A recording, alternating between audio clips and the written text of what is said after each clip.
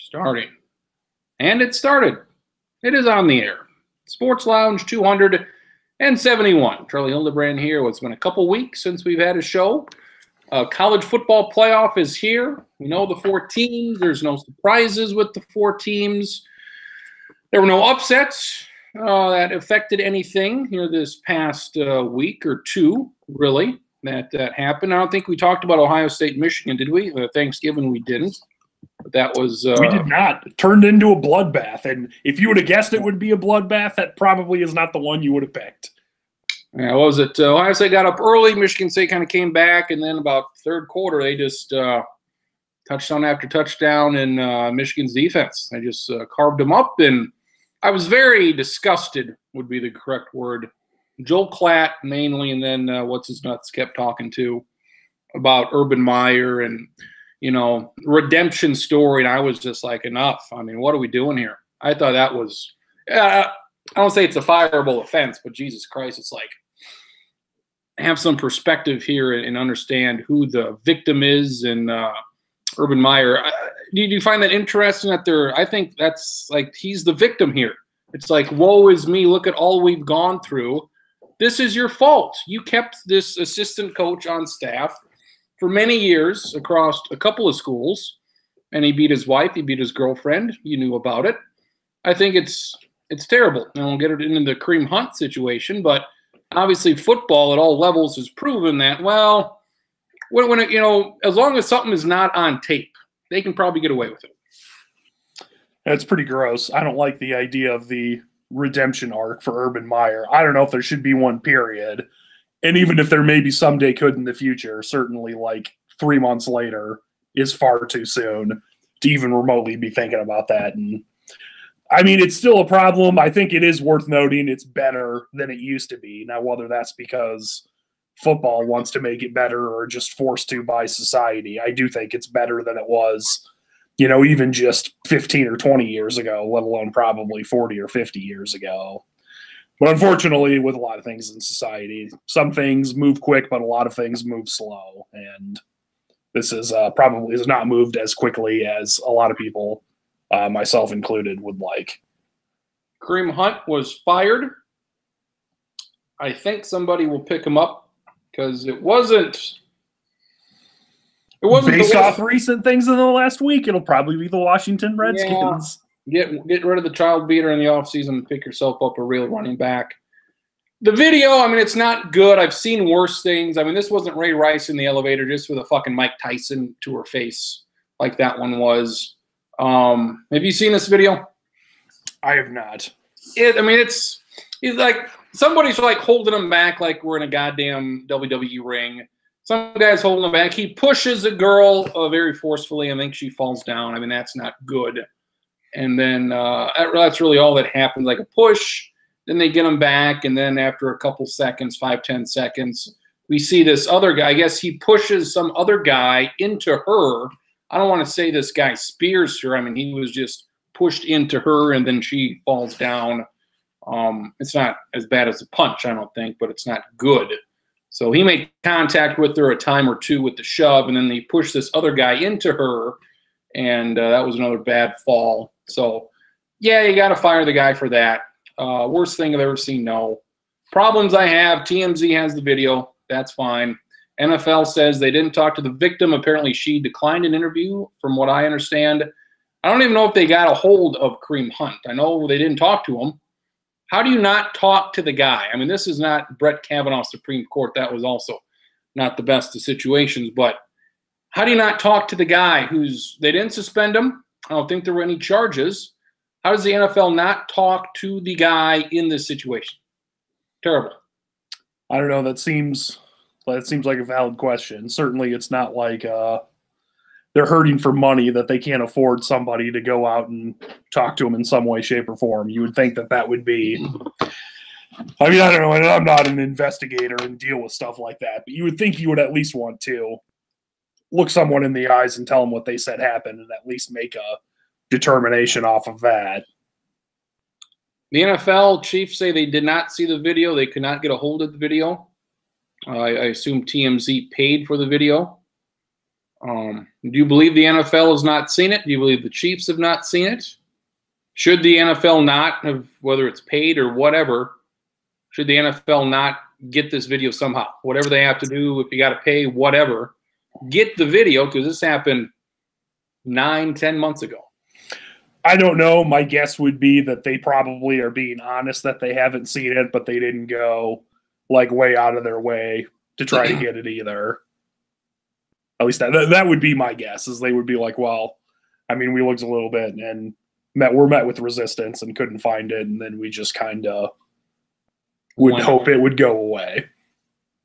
Sure, Stacken has some strong thoughts as well. Stacken has strong thoughts that Oklahoma should be in it instead of Georgia. So we'll talk about that later on, the rest of the playoffs. So you got Clemson and Notre Dame. Like, everybody's going to expect Alabama and Clemson to win here. I think Oklahoma's got a better chance than Notre Dame does. I agree. I think it is very possible that Clemson wins by 30. I think it's possible Alabama wins by 30, but I think the Alabama-Oklahoma game is just more interesting to me. No. Just because, not even remotely going out on a limb, that Oklahoma's got the worst defense in the playoff. Much worse than the other three teams, but I think they easily have the best offense. And that's not to knock Alabama. I think their offense is also really good. But Oklahoma, I guess much like a heavyweight boxing fight, which I guess there was one yesterday. Yeah, I don't know. I don't even know who won. Or no, it was tied. That's right. Yeah, nobody won. It was a draw, so nobody did, including the viewers that watched it. Like watching soccer. But like boxing, I think Oklahoma has a puncher's chance to win, that they would have to find a way to, we're going to score 45, and we need to force 2 punts and 1 or 2 turnovers and hope that's enough. I don't know. I mean, I think that's a tall order, but I think let's put it this way.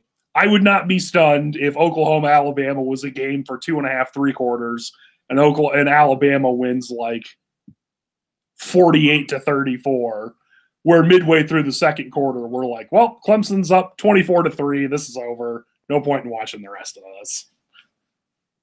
Nobody thought Oklahoma would beat them, 7 years ago, 8 years ago in the Sugar Bowl? I believe that was 5 years ago after Auburn beat Alabama on the kick 6 play. There's some similarities between those two. Obviously Alabama's got more to play for this year, but yeah, there's some similarities. That game wasn't even close, was it? I think Alabama scored late to only lose by 14, but they were down by 30 or 28 or something like that in the fourth quarter. They got boat race in the Sugar Bowl half decade ago. Oklahoma played Georgia last year. There were a lot of points in that game. It was the best game of the year, probably. Georgia, Alabama was all right. They put up a lot of points against Georgia, and then the next week Georgia plays Alabama, and they're not so many points. So the SEC with the good defenses, but when you play the Big 12 with the offenses, we'll see what happens this year when the Big 12 and SEC play. But as far as those examples, it's the offense that because Oklahoma, that was the game, the Rose Bowl, where one team dominated. Oklahoma won the first half, Georgia came back in the second half and won in overtime. But it's also worth noting in that game that I'm going by memory here. I don't think Georgia had a great offense last year, but it did very well against the Oklahoma defense. So I don't know. I haven't looked at stats. I would like to look at the defense, advanced analytics on, is Oklahoma better on defense or worse on defense this year compared to last year. They were the worst defense in the playoff last year, and they're the worst defense in the playoff this year. That seems like a pretty inarguable point. Is their offense better this year? I don't know. Their offense this year. On paper, their offense is better this year and is better than any offense maybe ever. If you go by yards per play, which isn't perfect, 9, but it's 8.9. Alabama's number 2, and they're 8.0. The difference. So yeah, the difference between 1 and 2 is as big as the difference between 2 and 10 or something like that. I think it may have set the record for most yards per play. It was very impressive what they've done. So, I mean, Georgia, Alabama. I think yesterday that was the best game of the year. Just with all the other factors of the teams that played, their history, the storylines of it. Rematch of the national title game. Yeah, and then I mean, not exactly, but also went very similar to the national title game. That Georgia was up big, looked like they were going to win, and then Alabama slowly crawled back, and the backup quarterback led them to the win. And the backup quarterback leads them to the win. Yeah. Tough to be a Georgia sports fan right now. I was going to say the last few years. I guess basically ever since the Braves won their last World Series. And even with the Braves. 95. Yeah, even with the Braves, one win. Yeah. You want more than that. Jalen Hurts, we haven't talked about him much because he hasn't played all that much. He's played a lot of fourth quarters this year, but like he's they're giving him a lot of credit for coming in. He played well. They're also giving him a lot of credit for staying and not transferring, so good for him. Kelly Bryant transferred. We'll see where he goes, Auburn or wherever he's going to go. But Jalen Hurts, I mean, where was he going to go? Where could he have gone to where it's stay at Alabama, win another national title? Maybe, I mean, a great moment. This is probably the moment he'll be remembered for in his career, coming off the bench and this game-winning drive after not playing all year almost, or go to some other school because he's not an NFL player or, he's been a conference player of the year, but he's not obviously a huge difference maker or wasn't, even though his record was great. He was the normal Alabama quarterback. So his style isn't like JT Barrett's, but he reminds me of JT Barrett. That both of them as like a freshman, and this is not to make me sound like a genius because I'm not that good at evaluating guys. But both guys as freshmen, you're like, well, yeah, this guy's really good, but is not going to play a snap in the NFL ever because he's just not that kind of guy, either one of them. Like, I don't know where else he could have gone. And if he goes there, it's like, is he better than what you have? He wasn't going to go anywhere, and he's not that difference of winning a national title. Bryant got to the playoff with Clemson. He's got a lot of other folks around him at Clemson. I'd like to see him go to Auburn or somewhere where if he plays well, they could win 10 games. But credit to Hurts. Mississippi State, who's losing their quarterback after this year. Penn State, who's losing their quarterback. I like to see Penn State. That'd be all right with me. They weren't good this year, but I think I like their coach for the future and the upside. Maybe UCLA with Chip Kelly. Oh, there we go. Somewhere he can make a difference. Heisman, Tua would have had a couple interceptions. Didn't play well. His knee obviously knocked him out. Knee's been an issue. I think he's winning the Heisman. I just think at the end of this season, there's so much reactionary stuff of, oh, look at Ohio State. Jesus Christ, they're great. Tua, take the Heisman away. I'm like, come on. We've been doing this for many months. There's been a dozen games. Can we not fucking overreact so much to one game, one half? I mean, I think he's going to win it. Murray's going to finish second. I agree that Tua's going to win it and Murray's going to get second. It's worth the discussion, but part of me wishes that Baker Mayfield wouldn't have won it last year because I think it's so Archie Griffin's the only guy to win it 2 years in a row. And aside from him, I think USC's the only school to have a Heisman winner 2 times in a row. Mm. And I think it would have been interesting if somebody else would have won it last year. It's kind of almost like overkill then with Oklahoma if Murray wins it, where you're just like, oh, well, I mean, they won it last year. What's the difference this year? But, yeah. I think based off what we've seen, even though he didn't play great against Georgia, if I was a Heisman voter, I would also vote for Tua. Although I do want to say that I agree that you shouldn't overreact to the last game of the season. I also don't like it when people send in their ballots like with 2 or 3 games left and are just like, this is done. And it's like, well, maybe you should wait until all the games are played too, though. And like that Ohio State thing, it's like they were just jumping on, they beat Michigan. And by all means, it was a good win against the number 1 defense. But Again, all those games you mentioned, Jesus, Nebraska and Minnesota and Maryland. It's like, can we fucking remember these games, for Christ's sake? Can we remember these games? So ultimately, I like technology and I like social media, but that's the biggest problem with it is we can never remember anything from more than 48 seconds ago. God damn, let's take a look at the whole goddamn thing. And Oklahoma, they struggled with some games, but Army, I mean, fuck, they won 10 games. Army's a good team. Army's ranked. Yes. Which is something 4 years ago we never would have thought would be his thing. Like, all those teams that Ohio State struggled with, they are trash, to be simple. Trash teams. Maryland, 500 team. I think the Gophers suck. Nebraska won a few games at the end, but they was a struggle backup quarterback. They got better when he got there. But all these teams that, Army, I think they're a good team. Odd offense, good team. Army is a better win than any Ohio State win except Michigan or Penn State.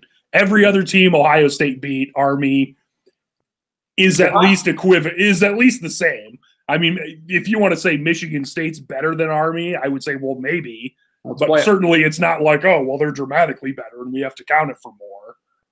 Like Oklahoma State's always tough to play. That was a fun little game. So, and they've got some tough games. Texas, both those games were close. West Virginia may have been my favorite. That's probably my favorite game of the year. That and the Georgia-Alabama one, not that West Virginia-Oklahoma game 2 weeks ago on Friday night, was awfully good. So, Bama, 14-point favorite over Oklahoma. Clemson, 11-point favorite. History says these games will not be close. So we will see. And I think it was Oklahoma. I'm trying to think. Oklahoma and Alabama, is that the only close? Or Oklahoma, Alabama, and Clemson? Or sorry, Ohio State, Alabama, and Oklahoma in year one, and Oklahoma, Georgia last year, I think are the only two close semifinal games. I think every other semifinal game's been 2 touchdowns or more by the winner.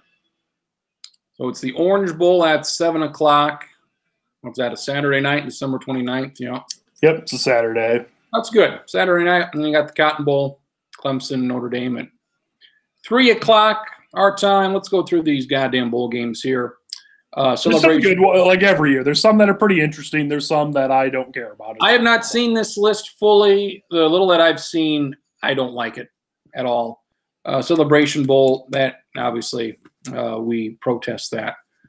New Mexico Bowl, Utah State a big favorite over North Texas.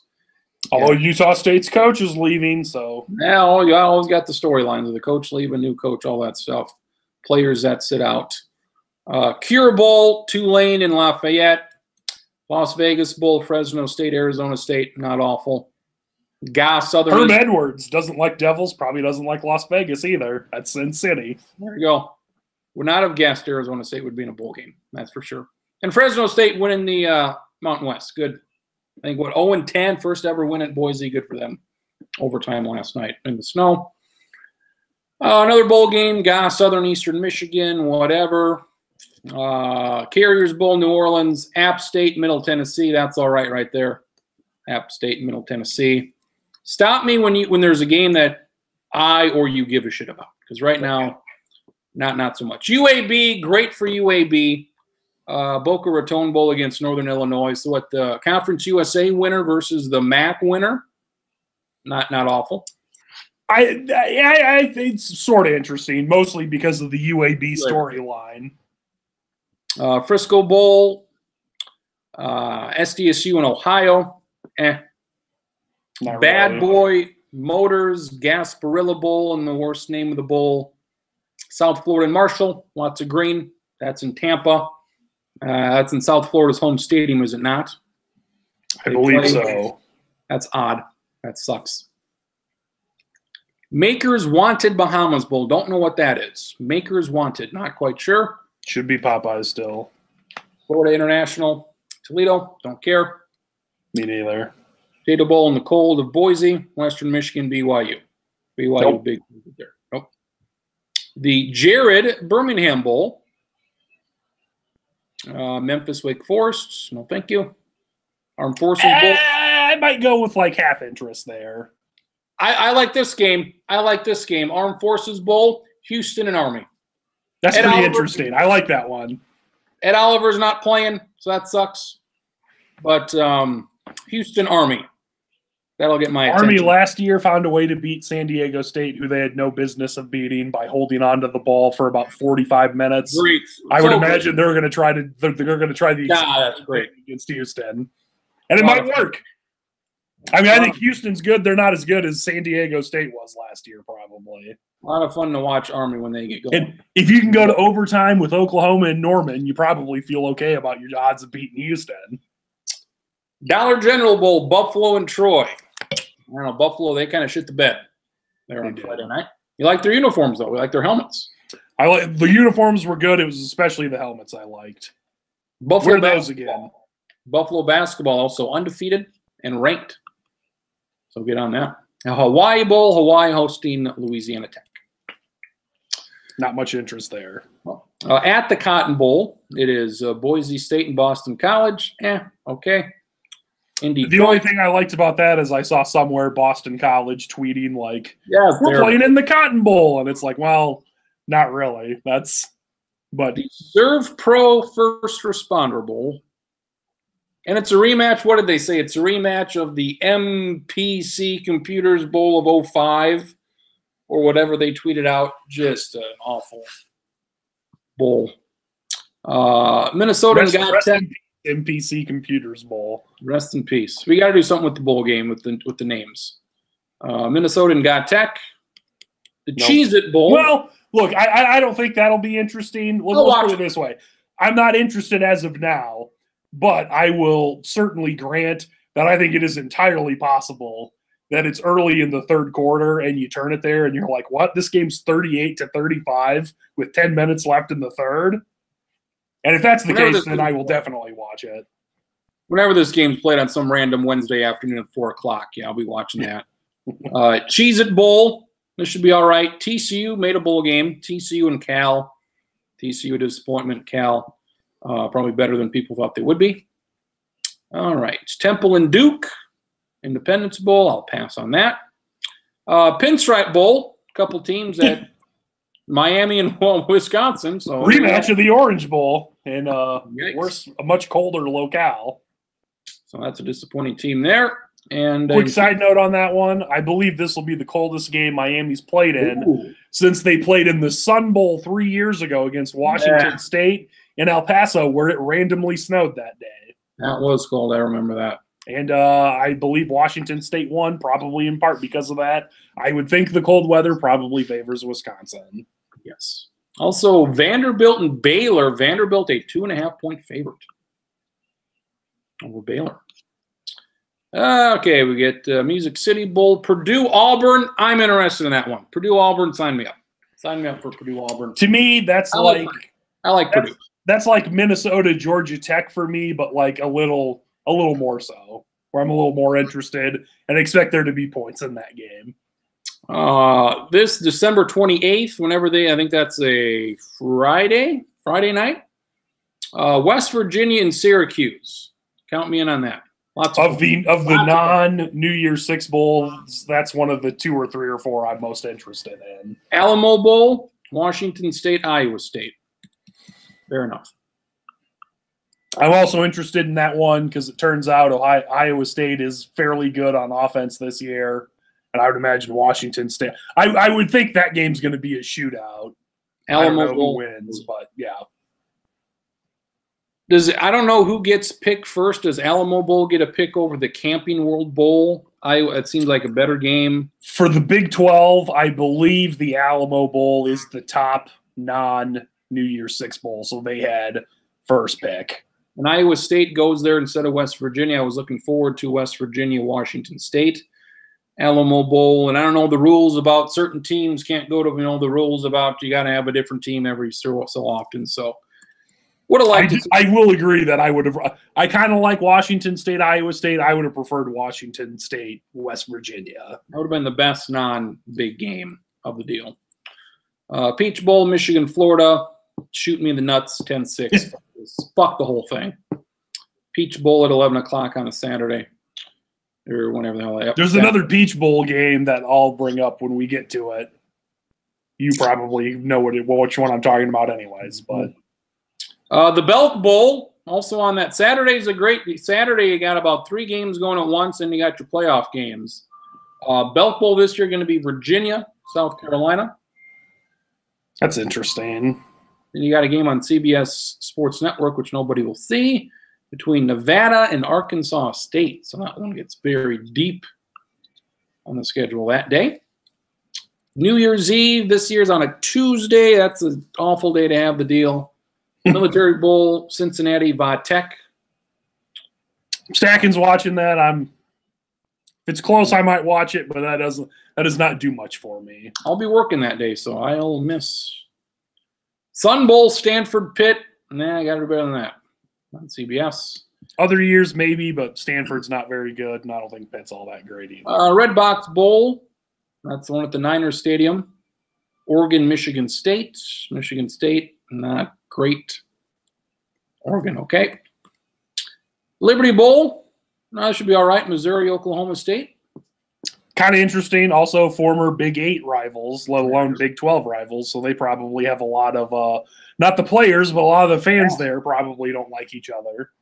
Holiday Bowl, Northwestern, which I love, against Utah, which I don't love. May I say that Pac-12 title game was the drizzling shits. The drizzling shits is what it was.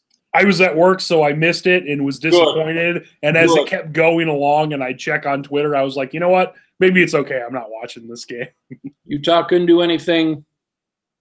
Washington did. Nor could Washington, because apparently they scored their lone touchdown on a pick six. It sucked. Game fucking sucked. Hope Northwestern's an 8.5-point underdog. Hope they blow their doors open. And Gator Bowl, North Carolina State against A&M. Gator Bowl's at night.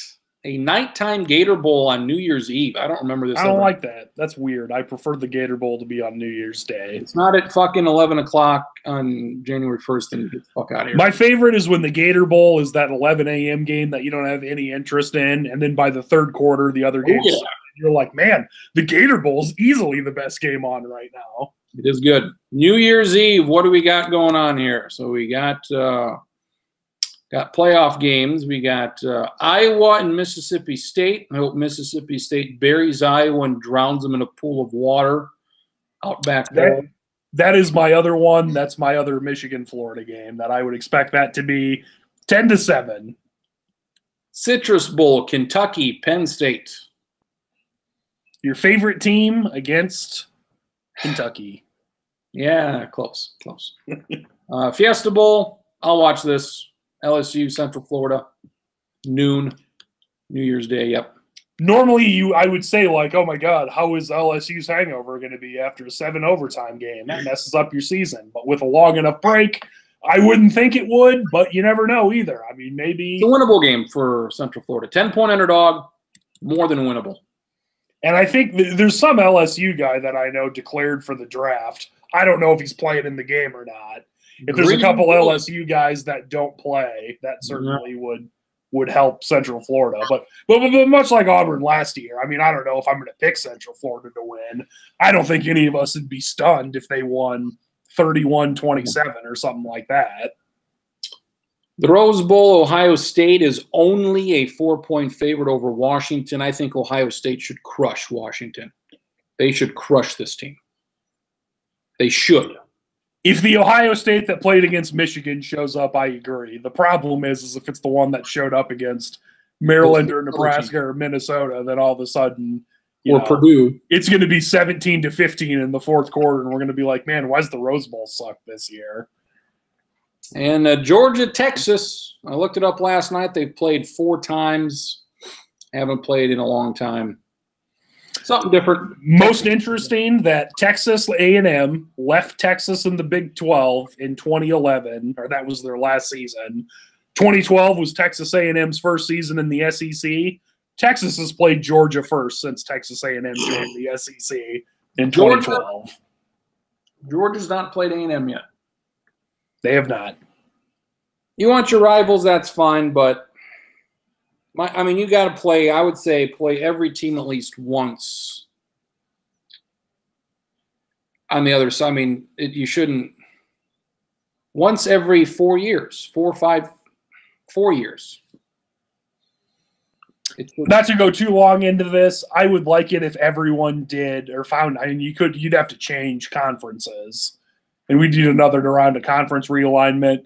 But I think when the Big 12 had 12 teams, it was the best then, where there were 6 teams in each division, and you would play half the teams from the division for 2 straight years, one home, one on the road, and then you would play the other teams the next 2 years. So in 4 years, you'd play every team twice in the other division, and at least once at home and once on the road. And it would be nice if there's a way we could balance that so you don't have, and the other one is there was someone that Alabama has only played like once in the last decade. Don't play Georgia very often, not that much. They don't play Florida very often. It might be Georgia that 2 of the time or 3 of the times they played them. We're in the national title game last year, the championship game in the SEC this year, and in the SEC title game in 2012. Yeah, shit. Don't play them very often. 4 teams did not make a bowl game. Wyoming isn't one of them, so thumbs up for that. Who else didn't make it here? Southern Mississippi didn't make it. That's the other one I know. Miami of Ohio did not make it. Screw you, Ben Roethlisberger. Who's the other one? Monroe. UL Monroe said nope. Also, Liberty not bowling at 6-6. They were an independent. I think Liberty may have had 2 FCS wins, though, so that might be why. Let's see. They made a deal with the Cure Bowl. Wow. But we're relying on the scarcity of eligible teams. Bop, bop, bop. So, they can only count 1 FCS win. So, the Cure Bowl. Liberty made a deal with the Cure Bowl to say if we're eligible, why the fuck would the Cure Bowl want Liberty? I don't know. That's a fantastic question. Stacken's idea. I don't know if you've talked to Stacken. Stacken's idea. He wants to go to like 7-5, which is fine with me. So you have to get rid of, maybe a couple of bowl games would be it. Wants to go to 7-5 or something like that, which I would be fine with. Like, I'm okay with these teams not going to bowl games. I don't give a shit that Louisiana Monroe doesn't get to go. That's fine. I would generally agree. I don't have a problem with 6-6 teams going. I don't have a problem if they don't go because those are the ones I don't care as much about in the first place. I wouldn't have any problem if they made it so you had to be 7-5. If they made it so you have to be 8-4, I don't think I'd cry about that either. I don't think that's going to happen, especially at 8-4, but I'd be okay with it. They're adding a bowl game next year at Coastal Carolina, so it'll be another bowl game. They're not getting rid of them. Apparently, anybody can make a bowl game too. All you have to do is have enough money to pay for the stuff. So we should make our own. What do we got? What it'd be? Where do you want to have it first? Foreign country or warm weather place in the U.S.? I mean, we could do cold weather place, but I would imagine we would want to go somewhere warm in December or January. Vermilion? We could. It's got a dome. I'm sure the players would love playing on. Or wait, do they replace? Do they have a new football stadium now, or are they building it? I don't remember what the deal with that is. No, it's the same junk. They got new basketball. So they've still got the awful, terrible turf from 40 years ago. They've got better turf. It's not the turf you usually see. I think it's a different. It's not the same turf that I played on as a freshman in a state title. Okay, that's good because that turf was awful. I assume it was concrete with just the carpet. Yeah. Yeah. And the blades of grass were like kind of a little bit sharper than you'd think they should have been. Not great. Bowl season's here. It's Almond's favorite time of the year. Congratulations to him. On Heisman next week. And bowl games in a couple weeks. So here we go. NFL. Vikings played the Patriots. Game went about what you would think a Vikings-Patriots game would be. Did you watch anything today, pro football related? I watched a fair amount. I watched mostly on Red Zone. I did not see the end of any of the afternoon games. I did see that, unfortunately, your Vikings lost and missed. Were they 2 field goals that Minnesota missed? Just one? It was a 48-yarder. It was, it wasn't close, but, whatever. It did not cost them the game. A lot of short passes from New England, a lot of short passes. They had a fun deal with Brady. He had 1,000 yards for his rushing career. He got that in the game, and they had Fox put together like a video package. They had like Barry Sanders talk. It was fantastic. That I missed. That is kind of funny though. It was like a 3rd and 4, and he runs and gets the first down. Stacken, how big of a fan were you of the Tom Brady 1,000-yard presentation? I thought that was tastefully done. I love the mock. It was very, very good. I liked it a lot. I think it's what Barry Sanders was there, and it said Barry Sanders also, and his title was like also ran the ball or something like that. Yes, also ran the ball. Barry Sanders. Real quick. Speaking of Barry Sanders, I don't know if you guys saw this on the Thanksgiving game that Detroit played, where I was for Thanksgiving in Manhattan, Kansas. Someone was watching the pregame show, and they had this thing where they're like, "Oh, we have a special announcement." And it was Barry Sanders that was like, "Oh, I signed a 1-day contract and I'm playing." And I didn't think it was real, but they went like 6 or 7 minutes with it. And I was like, "Oh my God, is he actually going to play like one game?" And then it turned out, obviously, he did not play because that would have been a big deal. But I was like kind of upset though, because I was like, "Why did you go this long with it? You got my hopes up, and I would have liked to see that." Could have used him. I did not see that. That was good. I didn't either. It ended with they were talking about like because they had like clips of people interviewing Matt Patricia talking about it and stuff like that, but it looked kind of off, like the lighting was too right. And then it ended up being that someone shook Barry Sanders and he dreamt the whole thing and was like, I'm not playing, but enjoy the game today. I was like, you guys are dicks right now. The people asking Matt Patricia questions, how's their posture? Ooh, shot. It was poor. Poor as usual. Okay. Poor. He looks homeless. Vikings are a game win as you would expect. Stacken had their chances, some turnovers. May I say these officials, Stacken? You're one to harp on the officials. Yep. I will say this across the entire board, college and pro. This is the worst weekend of officiating I've seen maybe ever. There were a couple pass interference on the Vikings. One on Thielen in the end zone wasn't great. You'd like to have that one. You have that one, you probably score a touchdown. Aldrick Robinson. I have more of a problem with the Aldrick Robinson one more so than Thielen. Yes. The first down. I don't know how. I don't either. Charlie, there was a 4th and inches, about what, the 50 midfield, we'll call it. Vikings had to go for it. Yep. They got stone cold stopped on this 4th and inches on a run up the middle. They gave it a first down. It was so bad the teams were off the field switching defense and offense because he not only did he not pick up the first down, he didn't even gain any yards. This was such a shit call, and they say, no, first down. I'm like, what? Was it? I didn't see it. That sounds bad.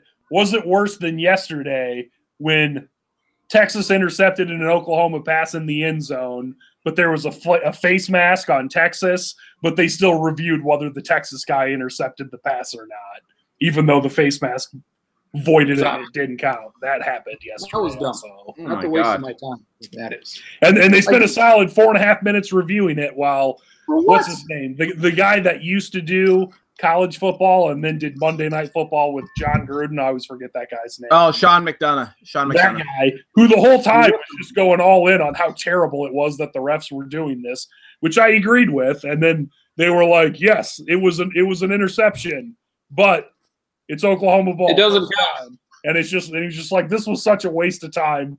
Why did they do this? And I was like, I agree, Sean. Why did they do this? Nothing changed on this play. And then I think it was after that play, Belichick, he challenged it. Him and Thielen got some words. I thought that was great. Thielen was such a bum in this game. He was a bum. He dropped he caught a touchdown pass, Stacken. He dropped at least 2 passes. Just shut up and get some yards, damn it. I didn't think the quarterback played well. Play perfectly or else I don't like you. That's the Stacken. Jesus Christ, you gave Thielen 133% of against the Saints a month and a half ago. I did. You did. He's my homeboy. I mean, Cousins, didn't think played well. Had some open guy, just some short passes. The 4th and 11, you pick up 4 yards to shit Treadwell. That's a waste of my fucking time. It is, but against the blitz, who is he supposed to throw to? I mean, they were throw the fucking ball 40 yards and get intercepted. Sure as fuck, don't throw it 4 yards. Okay. Well, so maybe he was hoping that Treadwell could break a tackle. I don't know. It was a bad throw. No. I mean, Aldrick Robinson, the long pass, interception at the end. I'm fine with that. Take a chance. You need to take a chance. Tough play.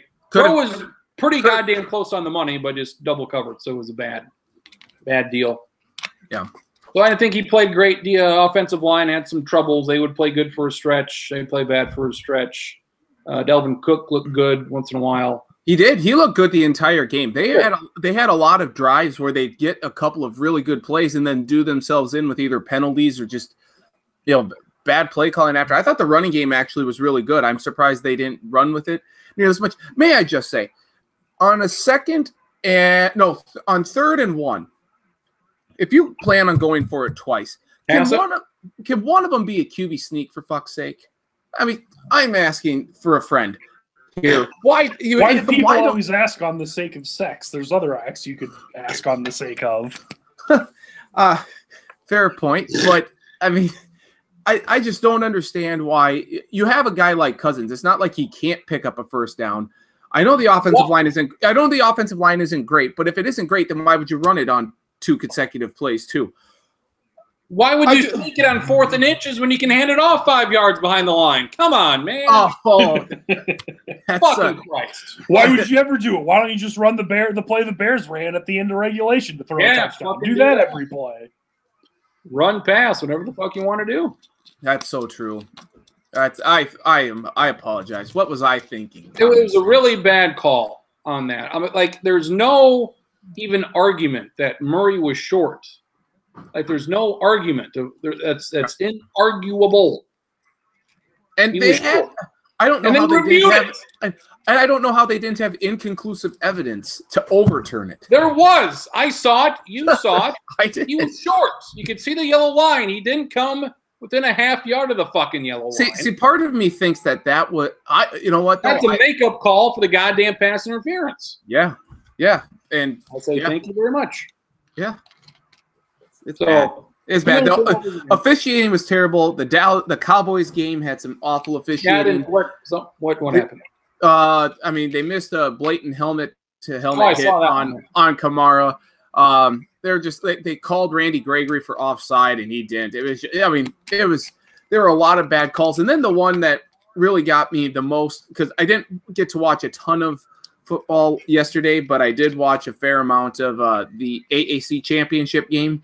And the holding penalty that they were going to call on UCF that would have given Memphis, it was a 3rd down. It's in the second half. They were up by 3, and they get together for like 5 minutes to discuss, is this a holding penalty or not? And the ref goes to go for the holding, and he's about to do the UCF. Yeah, and then his looks is like, oh, there's no call for holding. I'm like, you were just doing it. What did you? No. And honestly, I said it at the time. I tweeted it out at the time. I said that could prove to be a huge turn of events for Memphis. I mean, the momentum's clearly going with UCF, and I don't know if you can't necessarily blame that lone call for the loss, but who knows what Memphis does with that drive if you give it to them if you give them a first down. I mean, if anything, it at least changes some field position, one would imagine, chew some clock up. But I mean, there were just some awful calls, and then like I guess the Colts Jaguars game that to end it. I don't know if you saw that today. I heard it was bad. There was not much of that on Red Zone though, because there were only 6 total points in the game. Right, but they showed it at the very end, and Eric Ebron gets tackled. Like the guy, Ramsey tackles him, and he lands out of bounds. But the ref continued to wind the clock, and the game was over at that point. And I think the only reason they did it, a couple seconds.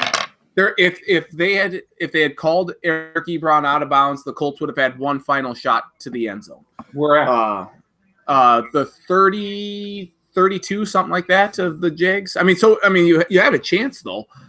I saw my boy Wyoming fuck up the last play here about an hour ago. Your boy from Wyoming runs very well for a big. As I say, and as I will continue to say, do not play him at quarterback. Play him at another fucking position. The one thing we know about the NFL, the most important thing to be is really good at running. The really good runners are the ones who always make the Hall of Fame. Yeah.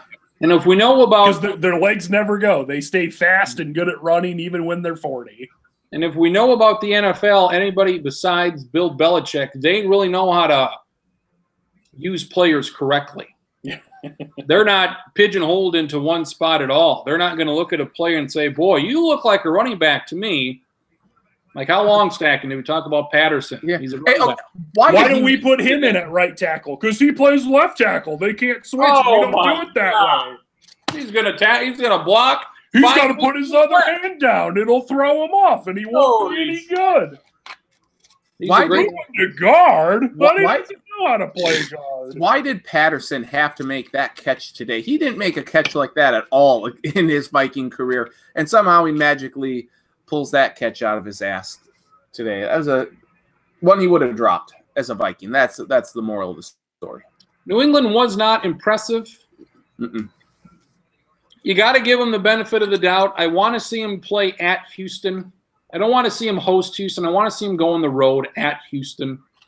Against the healthy Deshaun Watson. Has Houston won 10 in a row now? 9 in a row? Yeah, a lot. Houston, they play the Colts next week. They should win that. Yes. They're at the Jets. They'll win that. They're at the Eagles. That's iffy. That's on paper. They should win, though. That's going to determine if they get the 2 or the 3 seed or not.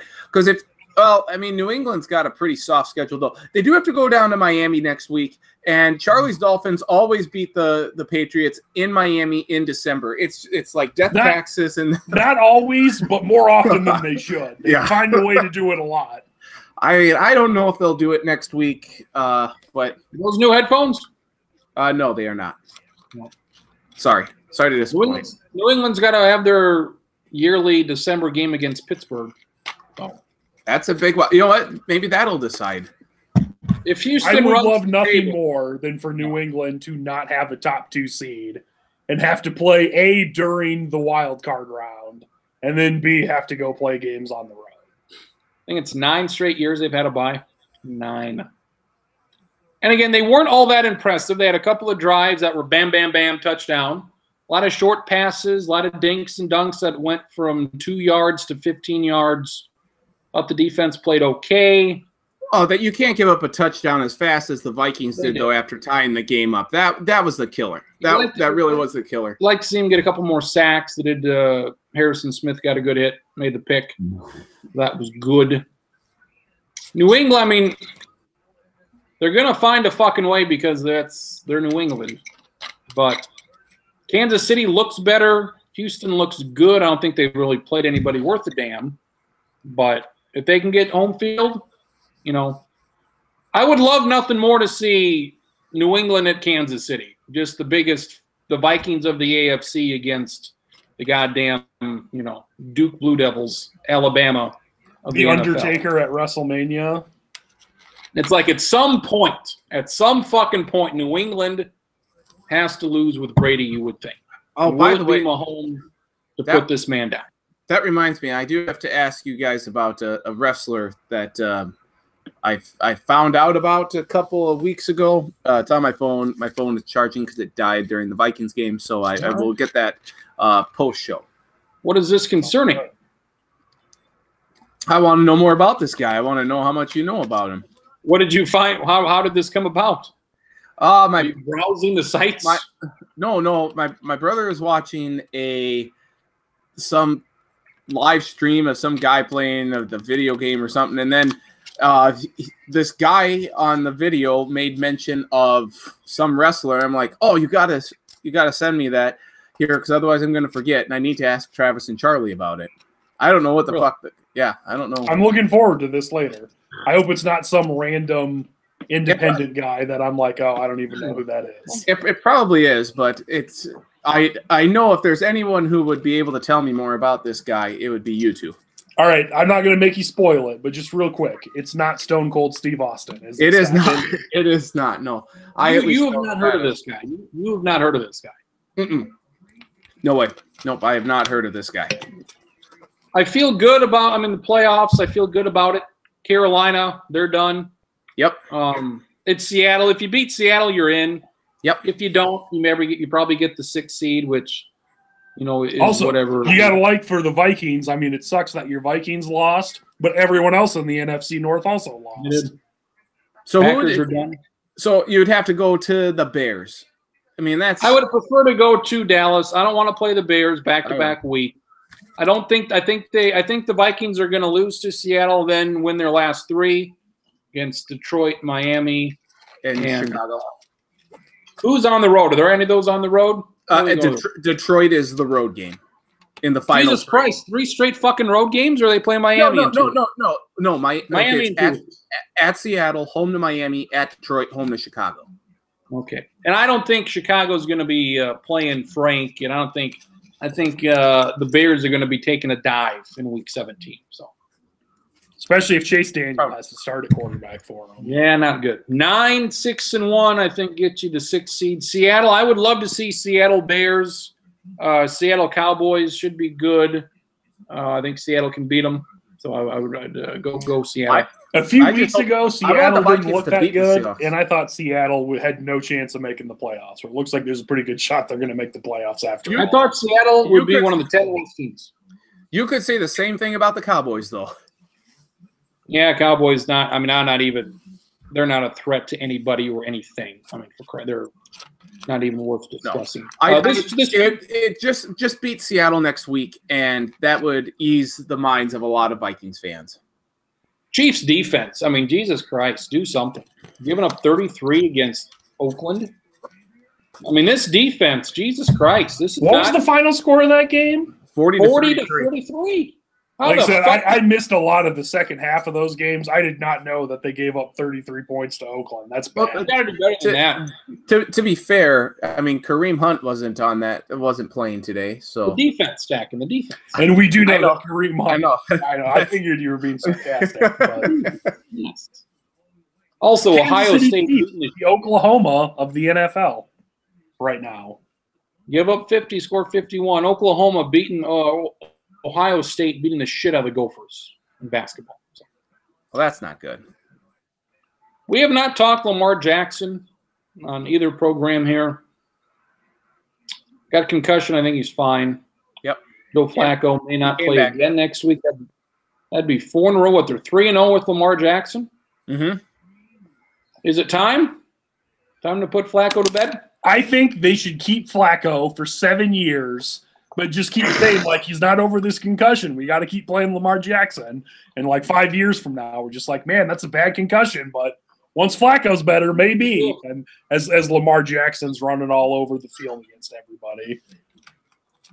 Baltimore, the Colts really shit the bed today, folks. The Colts had the inside track as the 6th seed. I mean, Denver's still kicking because they got a garbage schedule. The Titans are trash.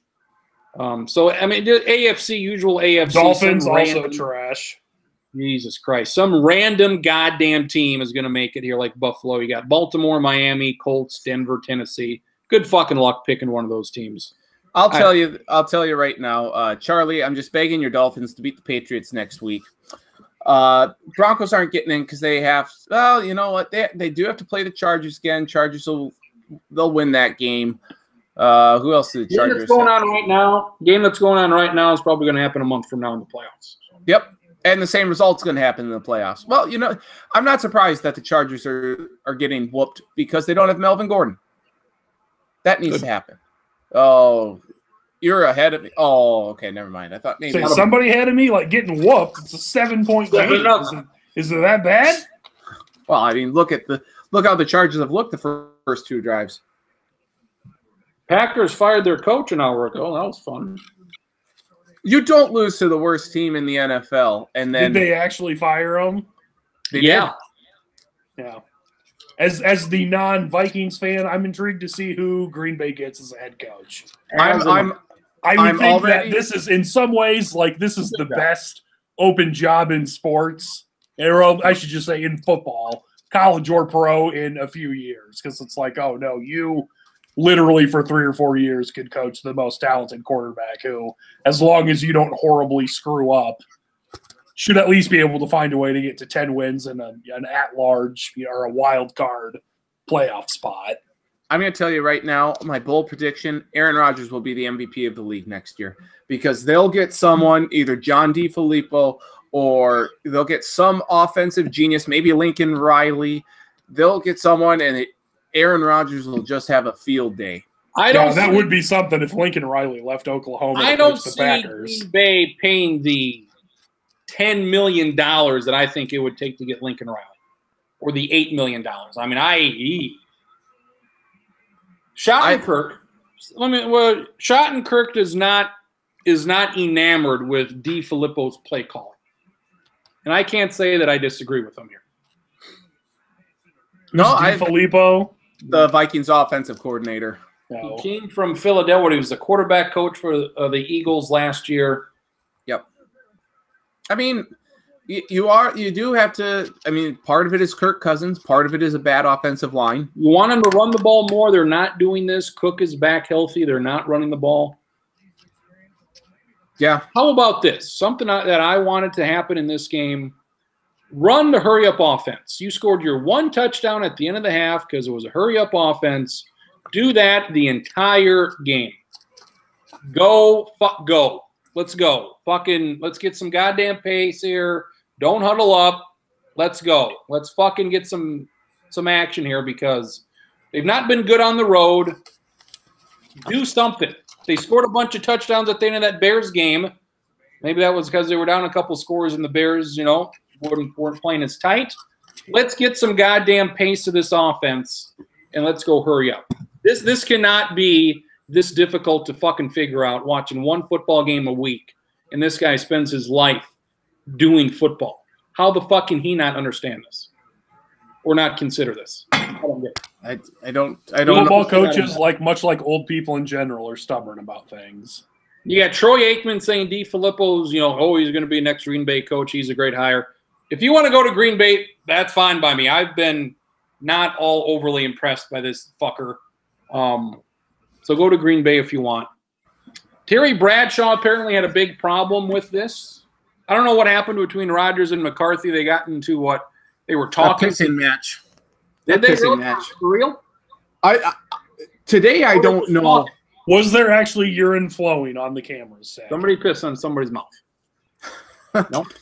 Yeah. I don't know if there was something today necessarily that happened, but I mean, this has been going on for a number of weeks. The contentious relationship that they've had, it's strained. Aaron doesn't trust Mike McCarthy. The play calling, the time management, the timeouts. It's been going on for a while. The straw that broke the camel's back is losing to the Arizona Cardinals at home. You don't lose at home to the Cardinals. You just don't. The first Vikings game. But Stackett, they did lose at home to the Cardinals. They did. By all means, Green Bay should have won that first game against the Vikings. Terrible clock management, poor use of timeouts, bad play calling with about 2 minutes left. Green Bay should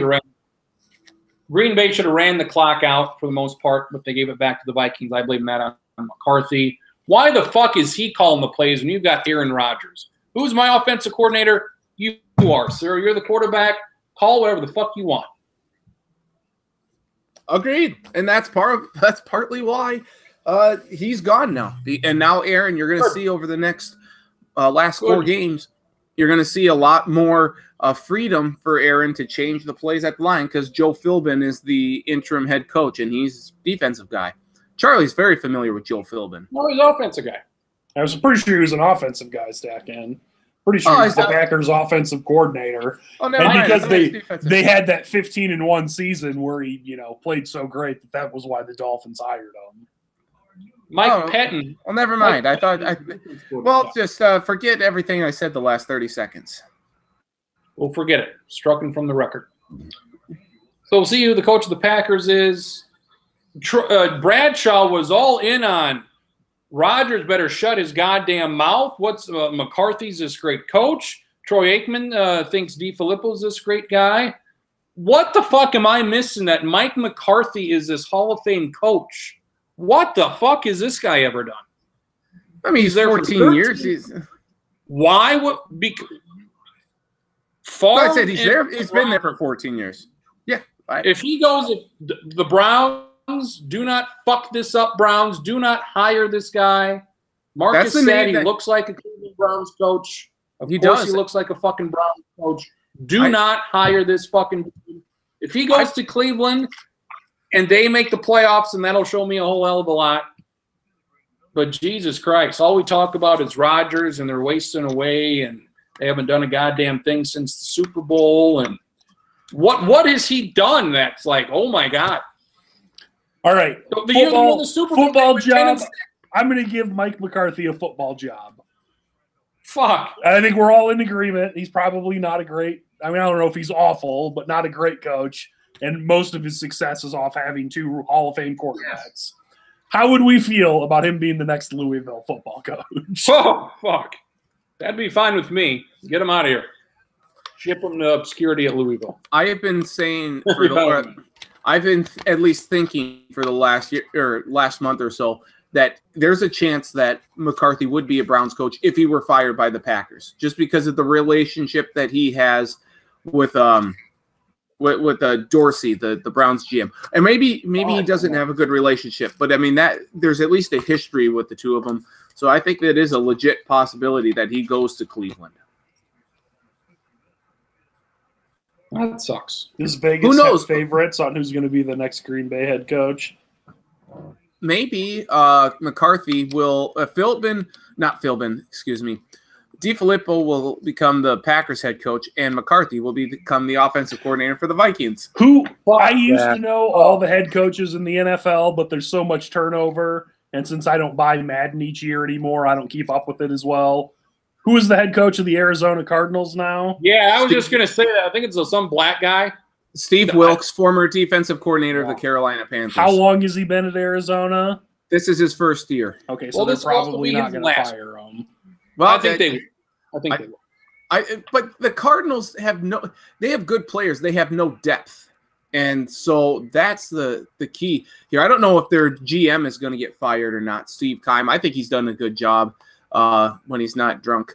But I think the Cardinals will probably stick with this regime for one more year, but you got to get some depth there. I mean, you're wasting talent. You're wasting talent like Patrick Peterson and Chandler Jones, and David Johnson. But I think you knew that there were going to be some lumps right away because you have a rookie quarterback. So just new idea. Broncos fire their head coach and hire Mike McCarthy. John Gruden and Mike McCarthy are in the same division and play twice each year. I'd be okay with that. And then Andy Reid in the same division as well. The Broncos and Raiders playing each other and hating their own team more than the other team because their coach is terrible. I think that would be fun. Charlie, his career is not over. He's not won a Super Bowl. Maybe he will this year. Is Andy Reid a Hall of Fame coach? I think he is. I think he is too. I don't think we should go solely by I think clearly if you haven't won a Super Bowl, you can get in without a Super Bowl. Yeah, you should be able to get in without one. Like nobody's going to say you're the best ever if you haven't won any. Let alone the 3 or 4 you probably need. I think he should get in though. He's an incredibly he's one of the best offensive minds I think in the NFL for a long time.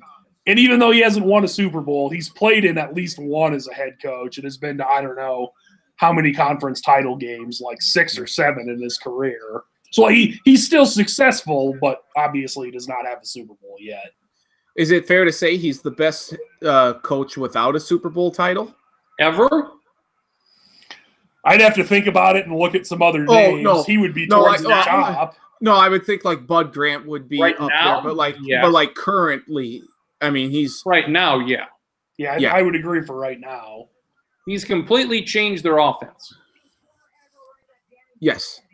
And he was fantastic in that punt, pass, and kick competition. And it's also worth noting that their offense was really good last year, too, with Alex Smith. It was not nearly as dynamic as Mahomes is. It was like Alabama. They were good last year. And also, I think I was not the only person that fell for this. I'm sure you guys did, too. I don't think it's a coincidence that Donovan McNabb's best years were in Philadelphia. And when the Eagles didn't want him anymore, it was like, how come Donovan McNabb doesn't look so good anymore? That it was probably a lot of what Andy Reid did. Not bad. Not a bad coach. How is that not a false start? Long pass, touchdown, Bolts. No, seriously. On the right tackle, it should have been. I don't know. They missed it, I guess. This is the second time this has happened involving the Chargers, because that happened in the Chargers-Browns game. That's why the line judge got fired. Why are they so bad? I don't know. I noticed like 5 times yesterday in college games, and it should be said, I missed almost all of the afternoon games and all of the night games because I was at work. So this is a little bit of afternoon and mostly 11 a.m. games. I saw like 5 times that a guy did that, and they never called it. What the hell? Yeah. Oh, God. Stacking you like percentages. Give me the percentages. Oklahoma versus Georgia. How strong were you on Oklahoma getting in over Georgia? Would you have had a huge problem? If Georgia was in, I would have had a bigger problem with them getting in instead of Oklahoma. I'd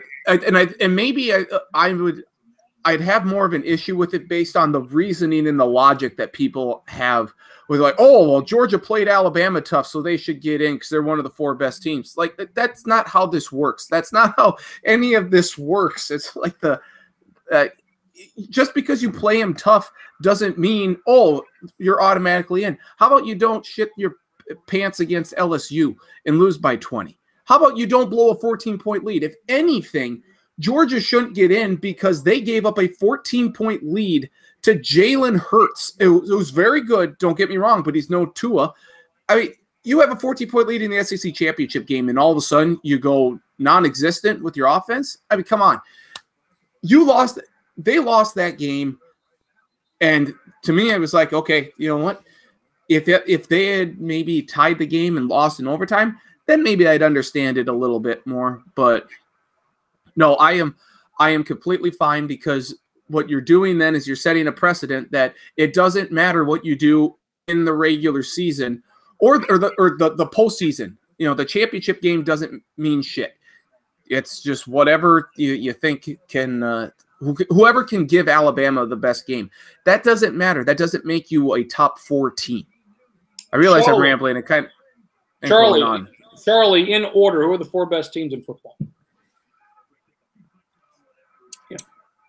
This is a tough question. I put them in order based on who I think would win. In terms of like if we have a huge tournament and anyone can play any of the other teams infinite times, like who would win? Who are the 4 best teams based off who they can beat on a neutral field? The most times out of 100, I would say like Alabama and Clemson. All of us will have them 1 and 2. I would have Georgia 3. I would have Oklahoma 4. So I would agree with the first 3, and this is why it's tough. Why we'll put Notre Dame at 4. If you want to go with who's the best, like in terms of the most talented, I think it's Ohio State. And Ohio State at their best is probably better.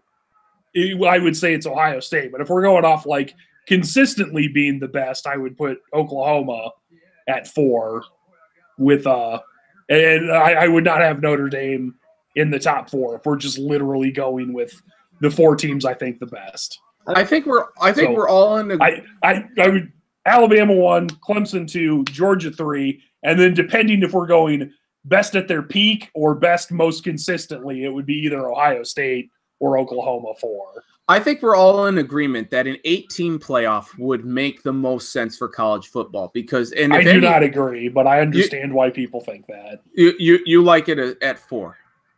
I don't want to go on a long side note tangent. My goal would be to have one that basically evaluates the teams at the end of the year and would be like, well, there's 3 undefeated teams. This would be this year or 4. I guess we could put UCF in there. We could have a rule for a group of 5 teams. Like, there's 4 undefeated teams, so we're just going to have the 4 undefeated teams. And you lost. Too bad. See you later. We're going to have a 4-team playoff. If there were 5 undefeated teams, then it'd be a 5-team playoff. That would be mine, is it would be looking at after the conference title games are over and then saying, which teams do we think deserve to get in now? But that's not going to happen. What's your top 4? Is your top 4 different than Charlie's? Or mine? We have the same top 4, I think. Georgia 3, Oklahoma 4. Do you think I don't have it is better than Georgia? You think Notre Dame is better? It is okay to lose to the number 1 team. Here's my thing. My thing is the polls. You know my thing with the polls. Yes, I do. If you're ranked number 10 and you lose to number 1, you do not have to drop. Will you drop? Yes. Should you? In my opinion, no. If you lose to number 1 and you're number 10, you lose by 14 points, I would not move number 10 down. I voted in the FCS poll in the 2012 season. I had a vote. Northern Iowa was a good team. They finished like 6-5 or so. They were preseason top 10. I voted them in the top 10 when they lost to Iowa. I voted them in the top 10 the next week when they lost to Iowa State. I voted them in the top 10 the next week when they lost to North Dakota State. They were 0-3. They lost to the number 1 team in their affiliation, and they lost to a Big 10 and a Big 12. Northern Iowa, not a lot of people did it. I was probably the guy that had them ranked the highest. Mm-hmm. They were 0-3. Then after a while, they were 6-5 and proved not to be as good as a top 10 team. But at that time, I felt they could have lost 3 games. They were not expected to win any of those games. I felt completely fine putting them. But how did they look in those? I have no idea. So I didn't watch a single FCS game out that year besides Tennessee State. I just think there was a lot of. Oh, was that the year you were at down in Nashville? Okay. I think I just don't like how people were using the reasoning. Because Georgia would give Alabama the best game. That's why they should be in there. Yeah, they're maybe one of the best 4 teams. That's why So Oklahoma would have been undefeated had they not lost on a last-second field goal to Texas on a neutral site. It wasn't in Oklahoma. It wasn't in Texas. It was a neutral site game. Georgia lost by 20 at LSU. Not good. And that isn't good. And then they blow a lead in the SEC championship game. Oklahoma's defense actually showed up in the Big 12 championship game, and they beat Texas. So to me, I don't think you could say, well, Oklahoma doesn't have a good defense, that's why we're going to keep them out. Well, they only have 1 loss, and their loss was by 3 on a neutral field, while Georgia got their doors blown off by LSU by 20. So I think a lot of people are just kind of dismissing that loss. Like that counts. That counts in this whole equation. Yes, right now, Georgia is probably would be the better team to face Alabama, or at least would challenge Alabama more than Oklahoma will. But you can't just say, well, we want the better matchup. You have to truly go based on what you've seen throughout the whole year and look at everything. You got to look at the record. I mean, it just sets it sets a precedent if you say, well, I mean, even though this team has 2 losses, they're fine. That would be like, say, okay, Clemson lost Lawrence, their quarterback, for 3 games, and they lost. And then we say, well, you know what? They're 10-2, and we know that they've been able to give Alabama games in the past, so we're going to vote them, or we're going to have them in the. They lost to Syracuse, and they lost to North Carolina State. Texas A&M on a last-second field goal. Or LSU. LSU is a very good team, good defense. A good defense that gave up 74 points to Texas. I get it. That was that's 7 overtimes. But, I mean, they also gave up 29 points to – I mean, they got shut out by Alabama 29-0. So, I mean – I think the equivalent for the Clemson example, they would have to play a team as good as Alabama. And I think this Alabama team is beatable. I mean, they damn near lost Saturday. I just think you have to develop the same criteria. Like the criteria has to be known, and it has to be applied to every team. That's the problem, is that the criteria isn't known because the committee is turned over 3 times in the 5 or 6 years, and they don't have the same guys there or people there for more than 2 years. Exactly. And then the other problem is that they don't. It's not that they're trying to find the 4 best or the 4 most deserving. They're trying to do kind of like a hybrid between the two. And that's where you run into problems like that. Georgia clearly would not be in the top 4 off most deserving, but would be in the top 4 of best, and they're trying to balance the two things. You can make a case. And that's where all these issues come from. Well, you just need a consistent formula with how you're going to vote the top 4 teams in. A consistent formula. You mean like the BCS that went over so well for those 15 years that they had that? That's fair. That's fair point there. All of this would be solved though with Stacken's 18 playoff. I mean, if there's any, I wouldn't prefer they'd go 8. I do think 8 would be quite interesting, and there'd be a lot of things about it I would like. Depends, especially if it was like the first round. You get to play at your home stadium or whatever. Washington should not be in that 18 playoff.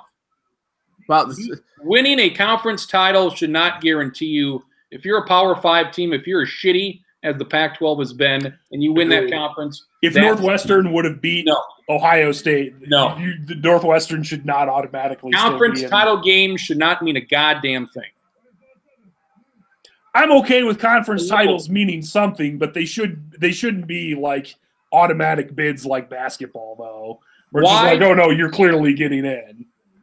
Why did Georgia? But wouldn't that put more importance on the championship games then? But you can't let Northwestern in. You can't let Utah in. You can't do that. I agree. Over Michigan or UCF, you can't do that. Just pick the top 8 teams. This is not difficult. SDSU was given a 5 seed. They're in the same conference. SDSU, you can give them a 2 seed if you wanted to.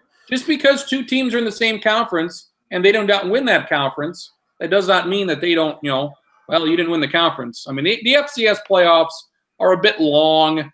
You don't need teams at 6 and 5 in this fucking thing. People are blowing their load about Indiana State not being in. Indiana State wouldn't have done a goddamn thing in this fucking tournament. So I don't give a shit about Indiana State.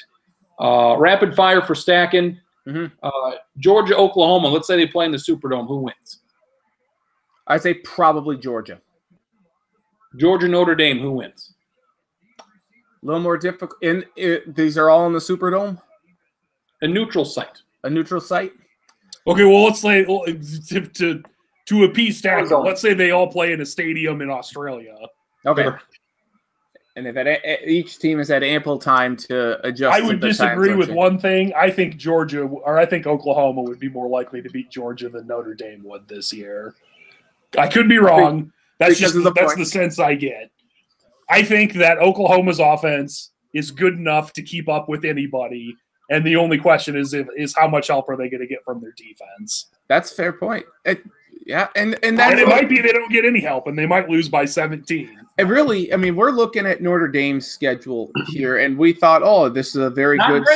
It ended up not being a very good schedule. Right. So Stanford was not good. USC was not good. Syracuse was more than good. They did beat Michigan, who was quite good, although had a terrible last game, and they beat a pretty good Syracuse. But other than those two, a lot of teams like Stacken's Hokies and Florida State that were in.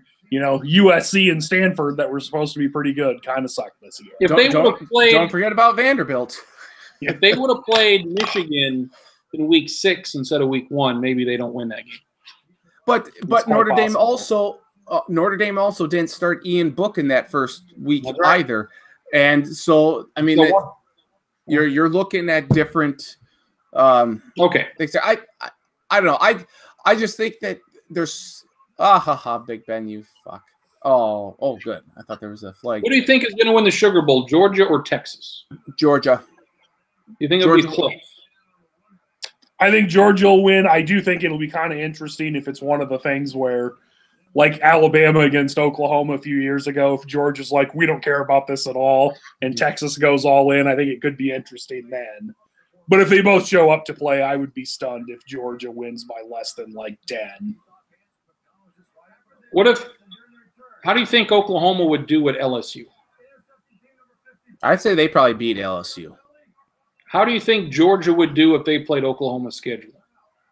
Would they be undefeated? Would they lose at West Virginia? Would they lose to Texas? I think they would probably have I think they would be more or less have the same record.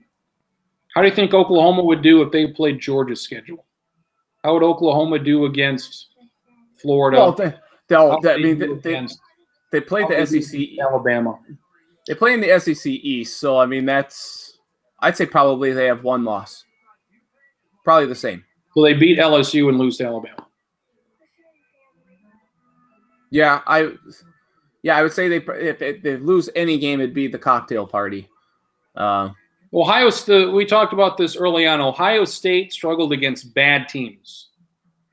Maryland's okay. They struggled against Minnesota. They struggled against Nebraska. Purdue was 6-6. They could have been easily 9-3, but they lost to Purdue by a ton of points. Oklahoma had some close games. Army's good. That was a close game. Oklahoma State's a decent team. That was close.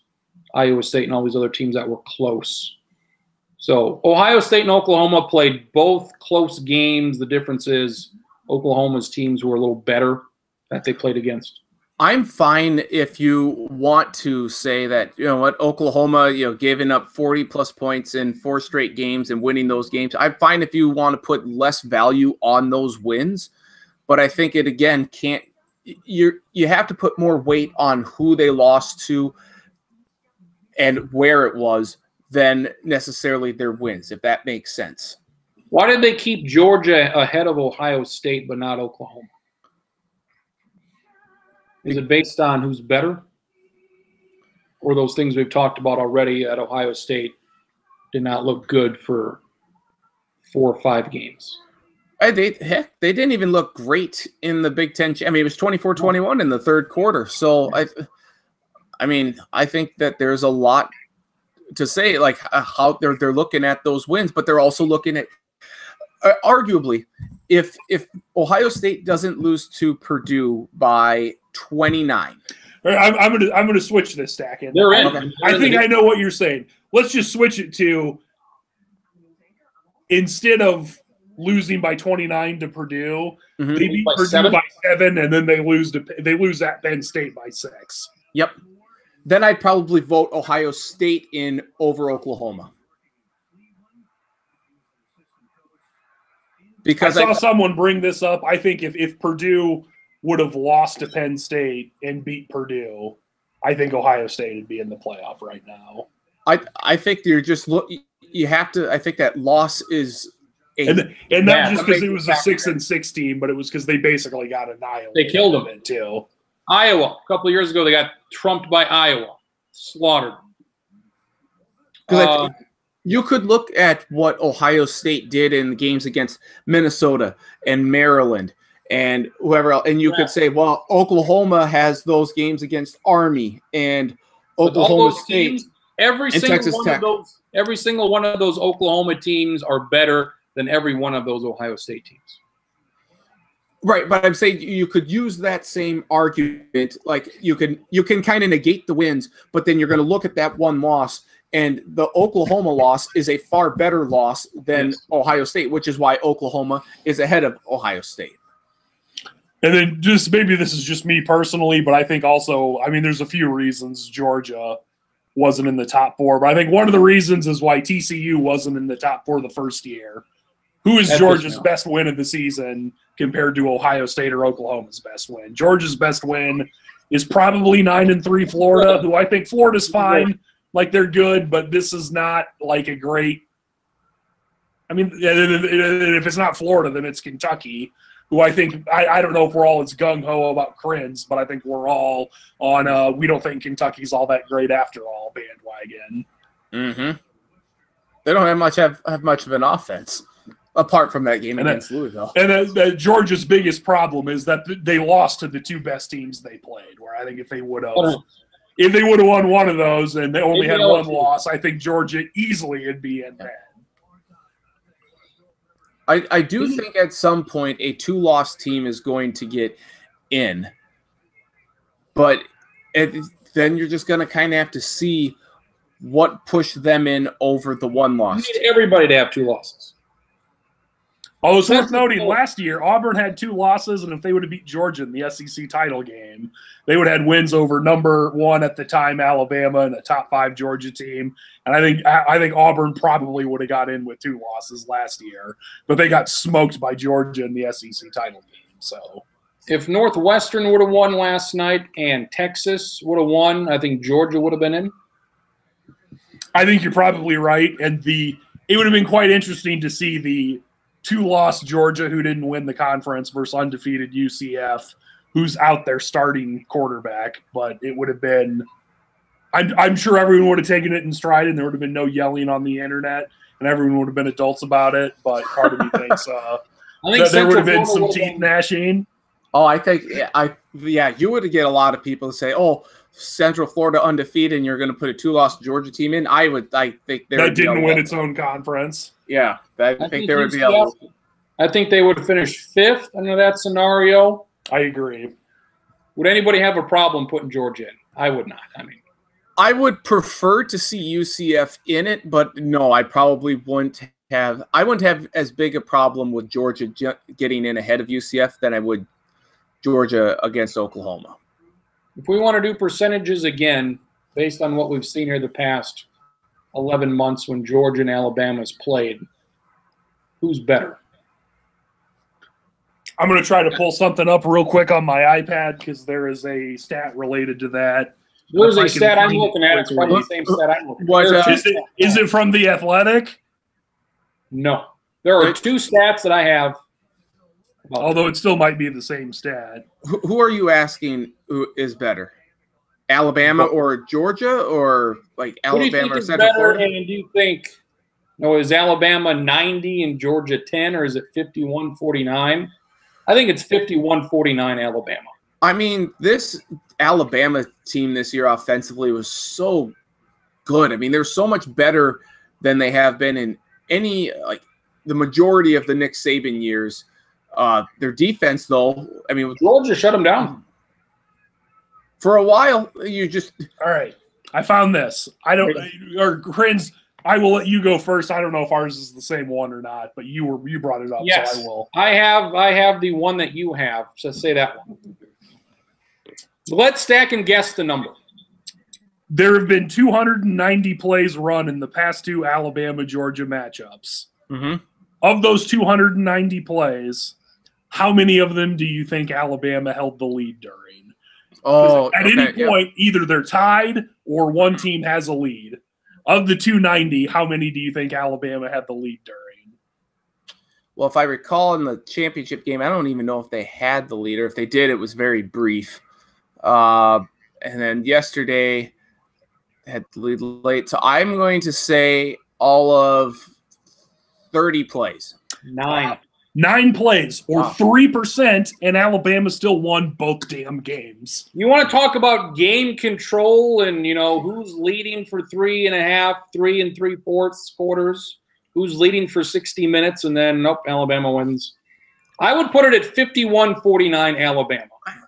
And Jets just because they ended up with more points at the end. I might even go like 53-47 Georgia, and Georgia just had really unfortunate things happen. There's a little brief bit after that stat that basically just says because Alabama only had the lead after the last play in the national title game, and then they led for 1 minute. So in the 2 games, Alabama's led for a total of 1 minute and has won both games. That's my other stat. 120 minutes. Georgia has led or been plus an overtime period for 1 minute and 4 seconds. Alabama, a team this year that trailed for what? Literally 1 minute. 1 minute against Ole Miss. They trailed for 1 minute against Ole Miss. And they have played Georgia twice. And Georgia has had the lead or been tied with Alabama for every single minute of those 120. Could we maybe say, though, that maybe that's one of the reasons why Georgia isn't in it is because they blew that lead to Alabama? Like, if you had gone back and forth, that's why. But if you would have gone back and forth with Alabama, and let's say Alabama kicks a field goal at the very end to win it, then I could, you know what? Then I wouldn't have a problem with Georgia staying in at 4. I wouldn't have as big a problem with it because you're going back and forth with them. But you can't give up a 14-point lead and just your offense all of a sudden become non-existent over the last quarter and a half. That, I think, is how they lost it, not that they lost it. And I'm going to preface this with saying it's 100% not fair. But it also looks bad that Alabama's backup quarterback came in to win too. No, I completely agree with that. So I think it's, again, when they blew that, when they gave up 21 straight, I'm like, okay, I mean, that kind of seals their fate. If you go to overtime and lose on a field goal, like if Georgia ties that up and they go to overtime and then Georgia loses 41-35 or 42-30, however it finishes out there, then I might have a little bit of a different reaction to it. But you still gave up a 14-point lead, and like you said, Charlie, to a backup quarterback. I think it's how they lost more so than anything. Would you agree that the best team doesn't always win? Yes, I would agree with that. I say it definitely happens more in like the NCAA tournament for March Madness than anything. I think we can say it's definitely happened the last 2 times Georgia's played Alabama. Like it based off 95% of the game. Like this is a boxing match. Obviously, Georgia wins. It's because stacking, because you mentioned blowing the 14-point lead, but Georgia was ahead by 14. It was the run there where they scored. They were ahead 28-14, and Alabama was down for. It is nobody was surprised Oklahoma got in. That's what we all expected. And Georgia, again, the game yesterday was probably the best game of the year. Oklahoma, West Virginia was good, but this was a national title level game of importance, is what this was. I will tell you this: I did not fully expect Oklahoma to be the 4th team in. I was happy that the committee. No, I didn't. I was happy that the committee put Oklahoma in there. But based on everything that people were talking about yesterday, it was like, oh, if Georgia loses a close one to Alabama, they should be in over, say in Oklahoma or in Ohio State because of the Oklahoma defense. Like that's what everyone was talking, or maybe not everyone, but a high percentage of people were talking about. Oh, Georgia's got to it's how they look. Who ironically were all from the southeast of the United States for the most part. It seemed like. Yeah. I would have had not all, but a lot. I would have had no problem. I'm fine with Oklahoma being in. I would have no problem if they would have picked Georgia. I would have had a tiny bit of a problem, but wouldn't have really said anything, just because. Like I would love to see Georgia and Alabama again. Okay, so yeah. And you probably will in the SEC title game next year. I also want to see Oklahoma. I want to see Kyler Murray. I mean, Jesus Christ, we can talk about their defense, and their defense is atrocious. But their offense is the best in the country. Charlie and I were talking, if you want to say it's the best ever, you can make the claim of it's the best ever by some metrics. I mean, this offense, I think this will be a competitive game. They may have to score 50 fucking points, but I think it's going to be competitive. I think outside of Oklahoma players getting injured or being sick with the flu or something, I don't think Alabama's going to hold Oklahoma to under 30. 40? I would say 30. I could see Alabama only giving up 30, but possibly 40. But the other thing, obviously, I think we would be stunned unless Alabama, for some reason, did like what Army did and say, let's play ball control. I think Alabama's pretty easily going to get to 40 or 50 against the Oklahoma defense. I don't know how that helps. I don't know how easily Alabama would get to 40 or 50 with Jalen Hurts playing the entire game. Yeah. I know how easily they would get there with Tua, and I don't. Is Tua? Let's put it this way: he'll be fine. Based off what they said, that Tua's got a high ankle sprain. I would bet any amount of money I have that Tua's going to play. But the question will be, with a high ankle sprain, how effective he is. And it's quite possible that he plays, but he's not at 100% efficiency, and that affects things. Yep. A 2-week injury, so yeah, he'll be back. They say 2-week injury, and I mean, like, he might be able to walk in 2 weeks. He definitely won't be. I mean, I would imagine he'd be at like 85% by the time they play, just because high ankle sprains are like really nasty. And we said this stacking as well. Mm-hmm. I mean, Oklahoma put some fucking points up on Georgia last year. They did. And Alabama did not light the world on fire last year against Georgia the very next week. So, no. I mean, these Big 12 teams may not play a lot of defense, but they can score a shit ton of points. And when they play SEC teams, they also score a shit ton of points. So, and Lincoln Riley might be the best offensive coordinator / offensive mind in all of college football. I would say I have full confidence that Alabama is going to beat Oklahoma, but it's largely dependent on Tua's health. By full confidence, do you mean like 100% confidence? Yeah, I don't know. I've got like 80% confidence Alabama's going to win, but not 100%. I was going to put all the confidence points on Alabama, but I might have to go to Clemson to go away with that. Yeah, probably. I would say I have a 75%. I favor Alabama like 75 to 25 in Oklahoma. I don't remember if it was before the show stacking or if it was during the show, but before you showed up. I don't know if you agree with this or not. I think Corinne said he did. If not, I apologize for speaking for you, Travis.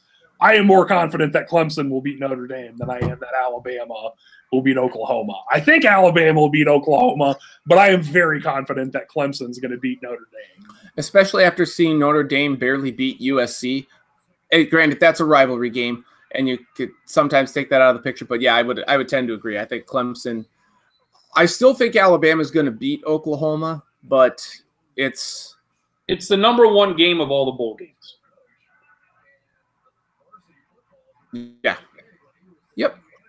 I can't believe you are touting that over the Idaho Potato Bowl featuring Western Michigan and BYU. Shame on you for just overlooking that one. We went through the bowl games. They are garbage. They are absolute trash. Will we watch them? Yes. Are they bad? Yes. Yeah, there aren't a lot of great ones. It's nice to see Minnesota back in Detroit for the Quick Lane Bowl against Georgia Tech. I can't imagine, even with 3 weeks or 2 weeks to prepare, that Minnesota is going to be able to stop that triple. There's some weird stuff that happens in that Detroit Bowl too. So who knows? Like I was saying to Corinne, I could see that game like in the fourth quarter being 13-6. I can also see it being with 10 minutes left in the third. It's like, oh, it's 38-35. These teams are putting on a shootout right now. I'm also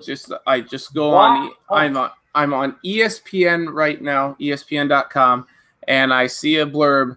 Philip Rivers and wife Tiffany are expecting their 9th child. Quit fucking your wife and having kids. Jesus Christ. They're Catholic, so. Well, he only needs 2 more, and then they can have an entire 11-man football team with only his children. Put some plastic on your dick, Rivers. Paper or plastic. Don't give a fuck what it is. Keep your dick covered. I've never thought of paper or plastic with that before. That made me laugh, and I might steal it someday in the future. Preferably plastic, but, you going green. But if you're in a pinch, sometimes that's, Give me some wrapping paper. You may cut it all up, but whatever. Like, get your balls tied up, Rivers. Do us all a favor. Jesus Christ. He can do it during the week of the Super Bowl because, the Chargers won't be in the Super Bowl, so they'll have that week off. Wow, they can do it. What a shot. They can do it the fucking Monday after they get their ass kicked by, I don't know, who are they going to play in the playoffs? Pittsburgh. They're going to lose to Pittsburgh in a month. Stacking, if there was a 14 playoff in the National Football League, what are your rankings here? Oh boy, I'd put the Rams 1.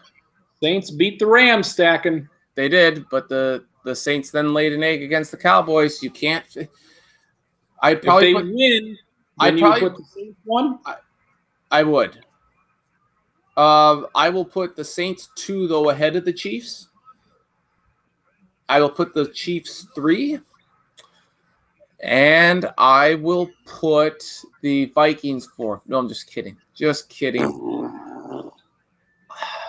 That's a tough one because I don't know who you would. Part of me wants to say the Texans just because they're playing the best right now. New England beat Kansas City. They did. That's fine. New England also lost to Detroit, and there's no perfect answer because since there's fewer NFL teams, there's more samples of them playing each other. Right. I will say. I would. Or sorry, you're not finished with yours. I'll for a little change in character. I'll put Houston in over New England. New England beat Houston. They did. But that was with a like Deshaun Watson's first game back coming off a torn ACL. I believe if the two teams played now, the Texans would win. Houston lost to the Giants. That's fine. It's a long time. That is fine. That's a long time ago. It's not good. Giants at home. At home. Both Texans, Patriots lose to Tennessee, so that cancels that out. Tennessee beat New England a little bit more. New England has the win over Houston. Mm-hmm. Patriots, what's their other loss? The Lions, the Jaguars. The Jaguars? Not good. Houston has 2 wins in overtime. They lost to the Giants. What's the best win for Houston? Let's pull up the old schedule here. At Indianapolis versus Dallas. Which one of those is better? I can't say that the Indianapolis one is great because they weren't.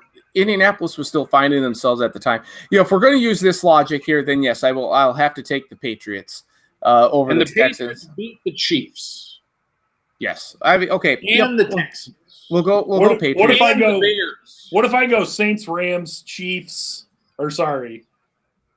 Saints, Rams, Patriots, Rams, Saints, Chiefs. That's my 1 through 4. Patriots are 1? I don't know. Ballsy.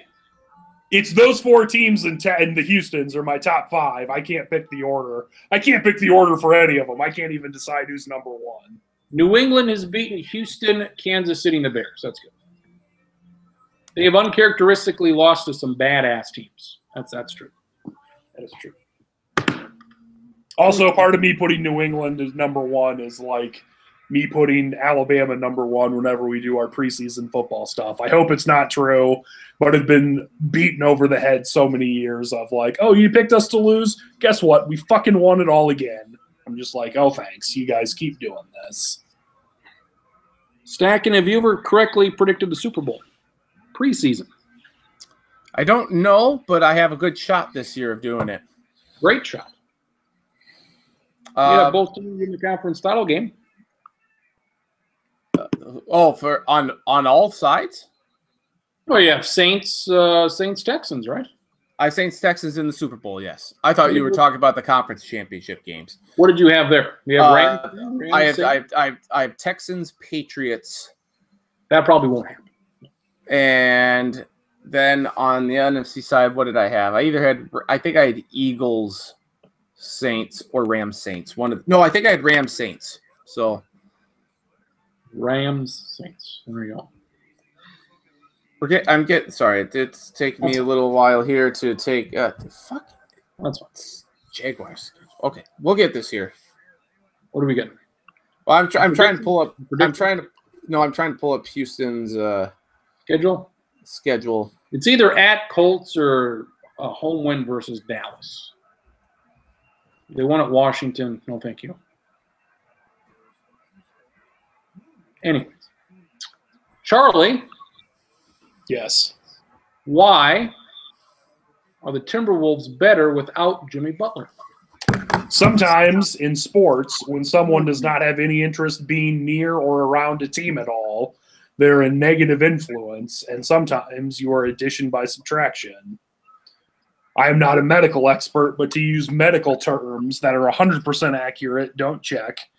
If you have cancer in your left pinky, sometimes cutting off your left pinky, you have less mass, but you are better as a whole because you don't have that cancerous thing. I don't know if you can actually get finger cancer. I should have said, like, I don't know.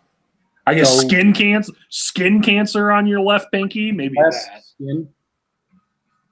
Just because you have better players doesn't necessarily mean you're a better team.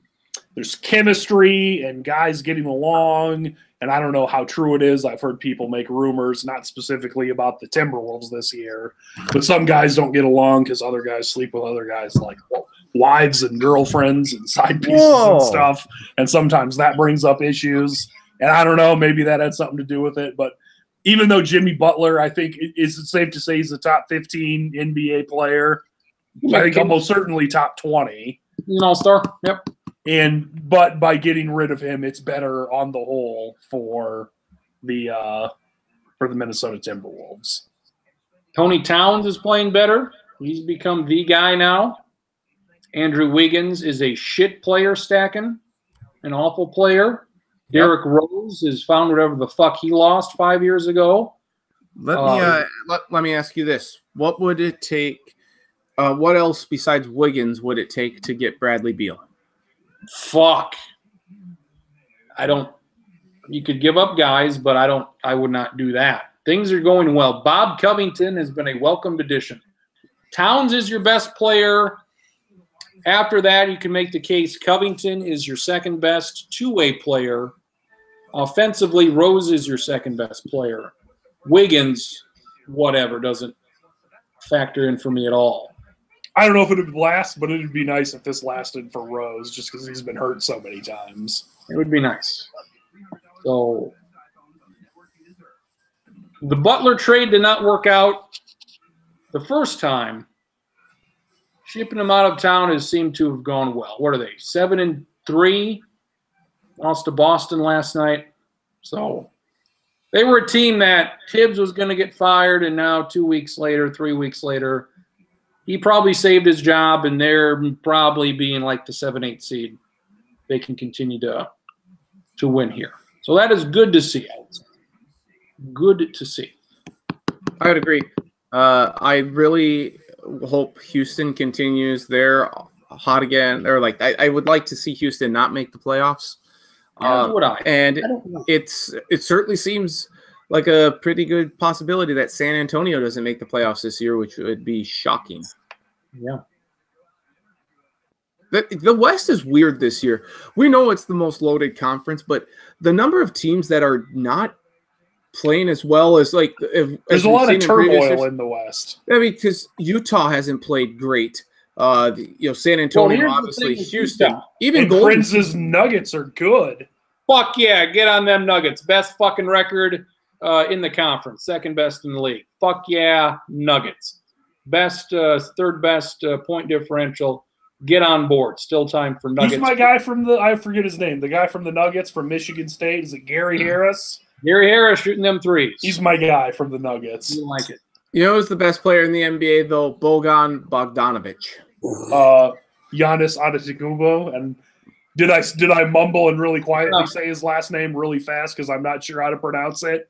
Antetokounmpo. You'll never get me to admit it, but maybe. I'm pretty sure you picked him for MVP, and I think he's going to win MVP.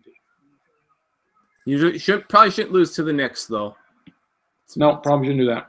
I would say the West is the same as it was last year with the standings, except you don't have Golden State and Houston running away. Because last year, number 3 through 8 was 3 games difference? And here, still only 20 games in. But the Lakers are better than I thought they would be. Golden State with Curry out is lost. Thunder are better than I thought they would be. Clippers are better. I would say Nuggets I had high hopes for the Nuggets to be like the 2 seed, so I'm good with the Nuggets being at the top. Memphis is I don't know where the fuck they came from. The Kings? Dallas is okay. The Kings 500. So there's a lot of, what were you going to say? I think there's a lot of West teams that there's a half dozen that have exceeded expectations. Clippers, Lakers, Grizzlies, Dallas 500, Kings are 500. I just think it's so bottled up, but the teams that were really good last year aren't right now playing very good. That would be the Spurs, the Rockets, the Jazz, and the Warriors too, to a certain extent. But I mean, those are the three, I guess, that really are eye-opening. With the Jazz have played twice as many road games as home. They've played 8 home games and 16 away. That is poor schedule making. That is. It's not even like they're on one of the coasts. They're in the Rocky Mountains. It's not that hard to do that. Might I just say, though, I do get a little – I really hope the Orlando Magic keep this up and can make it back to the playoffs. I really like to see Orlando do well because they were my team back in the day. So anytime they do well, I'm happy. It'll be nice to see them as the 7 seed lose to my 2nd-seeded Milwaukee Bucks. Yeah, it will. Like right now, you look at teams. Well, you look at the East. You can take the bottom 5 teams and tell them to get fucked. And you got 10 teams for 8 spots. And you can take those top. You've got 4 teams for 2 spots. You know what the bottom 5 are going to be. You know what the top 6 are going to be in the East. In the West, who the fuck knows? Are the Clippers making the playoffs? Who knows? They're the 1 seed, 2 seed right now. Apart from the Suns, everyone else is what at 500 or a game below. And in the East, you have like 4 or 5 teams with 5 or 6 wins. It's embarrassing. Not good. No. But yeah, people say, "Oh, this is the most interesting the East has been in quite some time." Well, I mean, that's what I say. Yes. If that's it, is that because LeBron's not there? Yes, that's part of it. That's what LeBron's not there is one. Toronto is 20-4. They are a legitimate finals team. I feel like you're on the Toronto wagon. Get rid of DeRozan. Right. Bring yourself a real ass player in Kawhi Leonard. Bring yourself a legitimate top 5 guy. Then you've got a chance now. Milwaukee, I did not expect Milwaukee to be good. Milwaukee took a step up. So those are my 3 reasons. No LeBron. Toronto's a level better. Milwaukee's a level better. And Boston, Philadelphia. So who's winning that? I don't know. Toronto, I guess. Oh, yeah. Toronto. It should be fun. It should be a lot of fun. The Central is fairly garbage. Southeast, does the winner of the division get the 4 seed? Is that still a thing they do? Not by the way the standings show, because Charlotte right now is 7. I want Charlotte to get a 4 seed and have to host like the Pistons or the. That'd be great, even though they're 10 games worse. That'd be great. Oh yeah, I don't know why I said the Central's garbage. Mainly because I looked past Milwaukee. I was just looking at like Cleveland and Chicago. But the Southeast, awful, just awful. Kennesaw State, I think there's going to be a boat race next week. SDSU at Kennesaw State in Georgia. I think they win by 25 points. What's so interesting about Kennesaw State is that they beat Wofford 13-10. Like Kennesaw State is the great unknown of the FCS playoffs. Mm-hmm. You have no idea what the hell to expect from them, what you're going to get. But if last week or Saturday was any indication, the 13-10 win over Wofford does nothing. Maybe, I don't know. Well, SDSU will still steamroll them. Why did people think North Dakota State had a hard path? They beat Montana State by 41. They play Colgate next week. They'll beat them by 40. They'll play SDSU next week. They'll beat them. But I guess James Madison, people thought James Madison was good, even though they're like 8-3. A lot of turmoil. This is not a hard path again for the fucking Bison to win another goddamn title. It's the turmoil, I think, that's going on with James Madison that kind of reeled them in, with their coach probably leaving for East Carolina. And but I mean, yeah, if you would have to go through JMU and then SDSU, I mean, that's a little more difficult than, I mean, because if they go to when they go to Frisco. Who are they going to have to play? Weber State? No, thank you. I mean, come on. Weber State or Eastern Washington, they're going to blow them both out. Charlie, is the national championship game next weekend, or 2 weekends from now, SDSU and North Dakota State? I think that 100% is the national title game. How do you think SDSU would react if they were actually to win that game? They would have, what, 2-3 weeks off? How do you think they would react? Not to say they would shit the bed, but I think they might. They'd be so excited that they'd probably still be drunk and hungover by the time they played the national title game in Frisco. They wouldn't know what to do. You know Boots would be there. I can guarantee that. Boots would have the echo's back. Oh, my God. 2 hours in, it comes back. Had a good run there. That was a hell of a run. Testing. Oh, wait. Oh, there we go. Fixed now. Yeah. But yeah, Boots will, I don't remember. I was going to make some joke about Boots having like a 12-paragraph post each day for a week. I think the stadium would be half full because SDSU would not bring a lot of fans there. No. 3,000 stacking. 3,000 yesterday. I mean, part of that. I don't know. I think it would be interesting. I'm not saying they would bring a lot, but this would be like the first test, other than like really, really lower level sports. You know, I don't know about like tennis or swimming, but this would be the first time where it's like, no, literally, you are the national champs if you win this. Like, I'm not saying there'd be 20,000 South Dakota State fans, but I could see it being like, oh, hey, we're good, and you know what? We're actually going to go to this because. I guess Texas in January, it's not going to be like really warm, but it'll be a lot nicer than Brookings will be.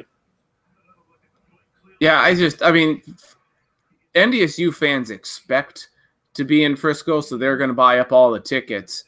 I don't know. I don't foresee a lot of fans being there. If there were slightly more there for the basketball game at US Bank Stadium yesterday. Mm-hmm. Which, by the way, 3,000 fans for that. Boy, was that. That was bad. Boy, what the fuck was that? That's bad. 3,000 in a fucking building and hold 65,000. I'm not saying you got to pack the place, but Jesus Christ, could you get, I don't know, 10,000 people in there? Jesus Christ. I'm trying to pull up here because I do want to see what the Gophers got for their game against. That'd be interesting. I'll find it here. That's not 10,000. That's bad. Interesting. SDSU beats Northern Iowa by 32. They're good. They had a couple games. Their 2 losses are by a combined 10 points. You'd like bad those losses, bad losses. I say as long as they're not playing teams that are 2-7 or 2-10 overall, they're pretty good. Those are bad losses. Yeah. They should be undefeated. That hurts. That hurts. The teams they lost to are what, Tulane and Gulf Coast. They're not good teams at the moment. SDSU finally beat Green Bay. They finally fucking beat Green Bay. It was not close. They beat the shit out of them by 30. That was great to see. USD plays them 2 days later, beats them by like 5-6 points. Close game in the final minute, 4 or 5 point game.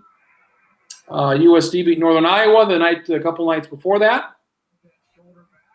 We're inching closer, stacking to a 2-bid league. Mm-hmm. SDSU should have gotten in 2 years ago. They didn't. There's been no year in which USD has really been even worth discussing getting in. I agree, but you shouldn't tell that to some people in Sioux City because they are pissy about that, which I don't get, but. Like, again, this is another thing. Just look at who they played, look at their schedule, look at their RPI. You're not getting into the tournament with an RPI of 60 and a strength of schedule of 196. And your 2 big wins are against SDSU, who has an RPI of like 37. But the USD at least is helped by that Iowa State win. I mean, that's a USD beating Iowa State and Green Bay are probably their 2 best, could be their 2 best non-conference wins ever. And they happen in the same season, in the same week. So that is good for them. They would need to beat SDSU at least once. SDSU just has so many more top 100 teams that they will play. SDSU could have maybe as many as 6 top 100 wins. They maybe go like 6-4. Central Michigan, they beat them. That's a very good win. Green Bay's a good win. They can beat USD a couple times. Those will be top 100 wins. They'll play Oregon. I think Drake is a very good team.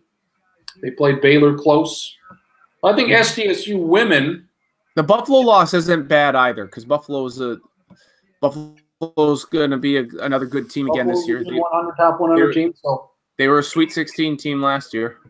SDSU women have got a chance at an at-large, I think, as long as they don't lose to anybody besides USD in the conference. So it's getting closer. It's getting closer. Finally, hot stove stacking. Yes. The Mets are trading for people. Yes. Mets. What are the Mets doing? They trade for 36-year-old Robinson Cano, who was due a lot of money for 5 years. They trade for Edwin Diaz, a very good closer, maybe the best. They give away their top prospects for a closer and a future Hall of Famer who is 36. This is I don't like this move. This is a waste of time. For the Mets? Yes. I think they see an opportunity, though, here with Washington not getting Bryce Harper. We don't know where he's going yet. Manny Machado, there's some I don't know if it's necessarily a smear campaign, but we don't know if Philadelphia is going to get him. I mean, it's going to be interesting. Philadelphia's getting one of them, I think. Atlanta's very good. Yes, Atlanta's very good. It's not inconceivable to me, at least at this point right now, that when we talk next year about the playoffs and who's making it, 3 teams coming out of the NL East. The Braves, the Phillies, and the Mets. I don't think the Mets are one of those teams. I'd say they could be with the Mets. I like the Mets. I think I picked them for the playoffs last year, but the injuries again with the pitchers, lack of offense, it just has not worked. We expect them to have some sort of injury, I would say, at some point. But you're right. You want the attendance for the Cowpokes Gophers game Friday night? It's not at least 10, 15,000. That sucks. 12,357. That's all right. And Oklahoma State uniforms were great. And they're not like the court wasn't even where it's going to be for the Final Four. I don't think. I mean, it was just pretty much at like the 20-yard line. I mean, you're going to have it more like center or like midfield, I would imagine. Yes, you will. So, if you're the Mets, why would you not try and sign? They have to obviously agree to sign with you. Why would you not sign a Craig Kimbrell or another closer? Why would you give up prospects for this? Keep your prospects and sign a closer and sign a second baseman who's not going to be 36 years old and who was 1 drug suspension away from being suspended for a year. Why give up all of this for this? Charlie, you got people are dumb sometimes. This is stupid. And Seattle, what is Seattle? Just tearing it down. Just tearing the whole fucking thing down. Possibly the Cleveland Indians doing that too, kind of. Dude, you won 89 games. I don't know. There's a point in time where I guess if all your guys are old and bad and you're like, we need to start over. And I don't remember who it was. It was someone on Twitter. It may have been Tom Fernelli. I don't remember who, though. But with some sport, it was just like, why are they always obsessed with, like, no, we need to tear this team down now? Like, if you're good enough to make the playoffs or make a run at the playoffs, sometimes you're better off just doing that and at least being like, hey, we like these guys. This is fun. Let's see what they can do.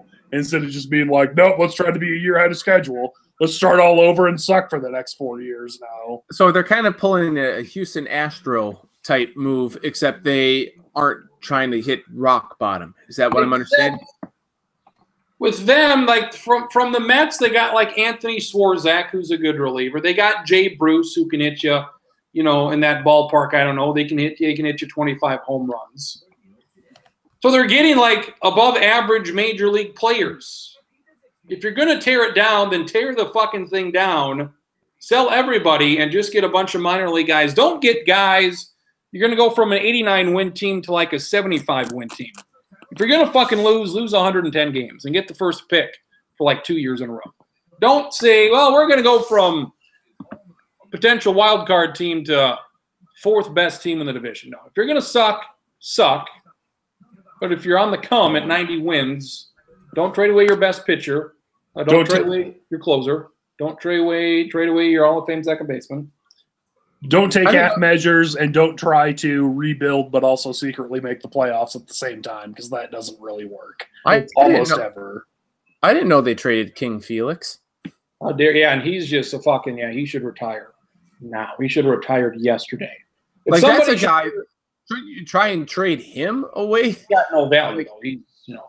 He's done. He's finished. Yeah, there's no value there. Like a team that should rebuild is the. But what if you can get the Yankees and the Red Sox to compete for them by each driving the salary up? Because one won't want to lose to the other. And I'm not saying King Felix is good anymore, but if you convince the Yankees and the Red Sox, if you don't pay $170 million a year for them, the other guys are. You could really start driving stuff up, and maybe it works for you. Add them to a piece of something. The Angels, they should rebuild. Like they should trade Trout. They've got old fucker Pujols, Andrelton Simmons. They're just a team in the middle of the muck, a 500 team going nowhere at a snail's pace. Just you want to rebuild there. So, anything else, gentlemen? College basketball, Duke Gonzaga, a couple of weeks ago was a great game. Gonzaga won. So anyone talking about Duke going undefeated, that didn't last very long into the year. Duke, what happened? Gonzaga Creighton played a hell of a game I think yesterday. Tons of points, 100-something to 90-something. I think Gonzaga's got Carolina in a couple of weeks. So if Gonzaga, if they get through this non-conference stacking, they're not losing. They're not losing. This is maybe their best team they've ever had. Yep, without question. And they haven't even gotten much from that Crandall, that UND transfer, who's supposed to be that was I think one of the reasons why people were like, hey, this team's going to be really good. Could Gonzaga get a 1 seed, make it to the national title game, and not play an incredibly boring game like they did against North Carolina? That would be good. That would be good. They've got 2 tests left. Next Sunday, they play Tennessee at a neutral site. Don't know where this game's at. I think they beat Tennessee. Then in 2 weeks, they're at Carolina. You win at Carolina, which I think they should. They're not losing again. And that would be quite the feather in your cap to be like, oh, yeah, guess what? We beat both Duke and North Carolina. Beat Duke, who was number 1, beat Carolina, and beat Tennessee, who was number 6. Did not realize Tennessee was 6. How did that happen? I don't know. Gonzaga. Is Bruce Pearl cheating and giving them recruits again? He's cheating at 2 places. Gonzaga has scored 120 points, 104, 102, 103, 94, 91, 89, 84. Points. They're good. This is a good team. Very good team. Any more thoughts as we wrap it up?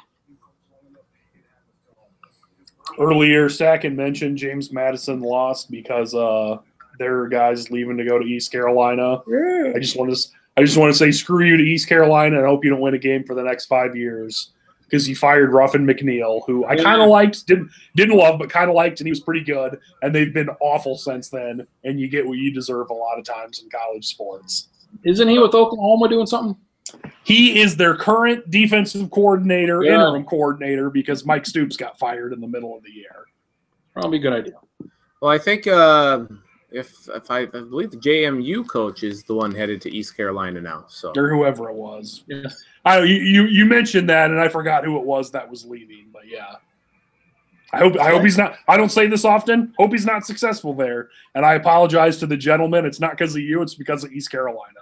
Well, so apparently, so there are a lot of people in Fargo who are all obsessed about JMU and got the FCS. Why? Got the FCS crackdown. They're, oh, look at what's going on in FCS. No one. I don't care. But they're like, apparently the JMU coach had a deal in place with Charlotte. Why you would go from JMU to Charlotte, I don't know. It seems like a step down to me. But I guess then with the East Carolina firing, like there's some talk, like maybe the JMU coach was using Charlotte as a I don't know, a bargaining chip, drive up his salary. Yeah, to go to East Carolina, and they were saying that he wants to go to North Carolina, but with Mac Brown getting that job, that spot, then that kind of. Oh yeah. How both Les Miles and Mac Brown are back in college coaching next year at 65 and 68, I think. Yeah. So that's a lot. Apparently, Bill Snyder's also retiring. And Bill Snyder retired today. Yeah. Whoever Kansas State hires, hopefully it's better than the last time he left and they hired Ron Prince. That didn't work out well for Kansas State. I'm not saying they're going to be Kansas bad, Charlie, but I think they're going to be bad for a long time. They, I think before Bill Snyder showed up in '89, they had 6 winning seasons in history.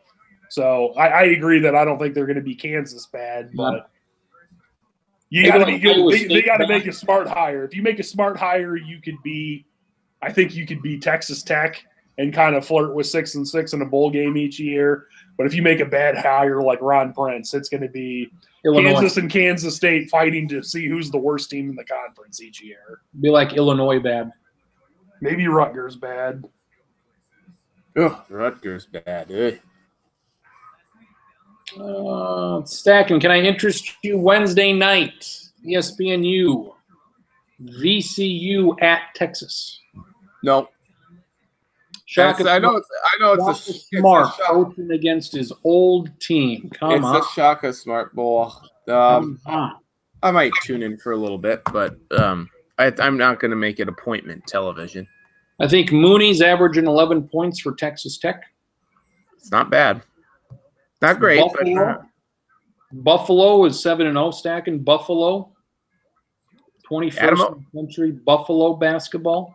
Adam Oates doing good stuff there. I like. I mean, they have a good team. Adam Oates, fucking Adam, goddamn Oates. I think that's who their coach is. Stacking, I'm going to present you with a quick scenario here. What? Okay. South Dakota State wins the Summit League. Yeah. Don't know what seed they get, but they play Texas Tech in the first round of the tournament. South Dakota State looks really good. Yeah. Oh, don't say Matt Mooney hits again. Mooney hits a 3 at the buzzer to beat South Dakota State. Who do you hate more, Mooney or Stan Kroenke? Oh, Matt Mooney, without question. Boom! I finally did it. I did it. Oh. This is a big moment for me. Nate Oates. Nate Oates, thank you. I knew it was. I knew it wasn't Adam because Adam Oates used to play for the Washington Capitals. I knew that didn't sound right. Nate Oates. I should know that. What if they review it? What if they review it and they show his foot's on the line, but they don't give a shit and they just shit the call to bed and they fuck up the call? Brian Anderson is going to be very unhappy then with that. Nevada, I love Nevada. They're at Arizona State, or they play at the Staples Center against Arizona State. Game that starts at 11 o'clock our time on Friday. That's too goddamn late for basketball. Nevada beat USC, so good Nevada. Mm-hmm. Michigan State's at Florida. Florida's not good, it appears. Did we talk about who didn't make it in a bowl game as a 6-6 team? It looks like Wyoming didn't. Who else didn't? Liberty? Southern Miss did not. Monroe did not. Louisiana Monroe did not. And we are perfectly fine. And we are perfectly fine that none of these teams made it. Liberty didn't make it either. It doesn't. Lafayette did make it. Yeah, yes. They did. They're playing. Are they the ones that are playing in Hawaii? No, they are playing the Auto Nation Cure Bowl against Tulane. That's what it is. We read that Liberty had a deal with the Cure Bowl if they were eligible That's where they would go. Why? Why does the Cure Bowl give a shit about Liberty? Why is the Cure Bowl a thing? I don't know. Stupid. Marquette had a nice win against Kansas State. Keep that shit up. Marquette hosts Wisconsin. Saturday beat the fuck out of Wisconsin. One of my favorite teams against my second least favorite team. So I have rooting interest in Marquette. Marcus Howard stacking. Marcus Howard for Marquette. 45 yesterday. 45. Holy God. And Oregon has lost 3 of 5. Not good for the Ducks. Nope. Not good for the Ducks. Crins and I mentioned this earlier, and we talked about if we could make a bowl game. I just thought of one. I'm calling mine the Lounge Bowl, brought to you by the Sports Lounge. It's going to be played in the Rose Bowl in Los Angeles, like 2 days after Christmas. Let's say something like that. So you get Christmas, and then you go out there. It's nice and warm. And for the $500 gift thing you can get, we're just giving everybody $500 worth of scratch tickets. No barbecue sauce. The barbecue sauce is paying for it, but we're not going to let it either. They can have that at the dinner thing they have where both teams are there, but they don't get any sauce in their goodie bag. It's just $500 worth of scratch tickets. You get what you get. I would have the Lysol Toilet Bowl, and it would feature the 2 worst teams in college football. The winning team gets an extra 5 scholarships on the from the NCAA. Worst team in FBS period, or worst 2 Power 5 teams? Worst 2 teams in FBS. It does not have to be Power 5. So Rutgers, and who's the other one? Well, no, I think UTEP would be right up there. UTEP and Rutgers? I don't know if Rutgers is the second worst, but if they're not in the bottom 2, they're pretty damn close.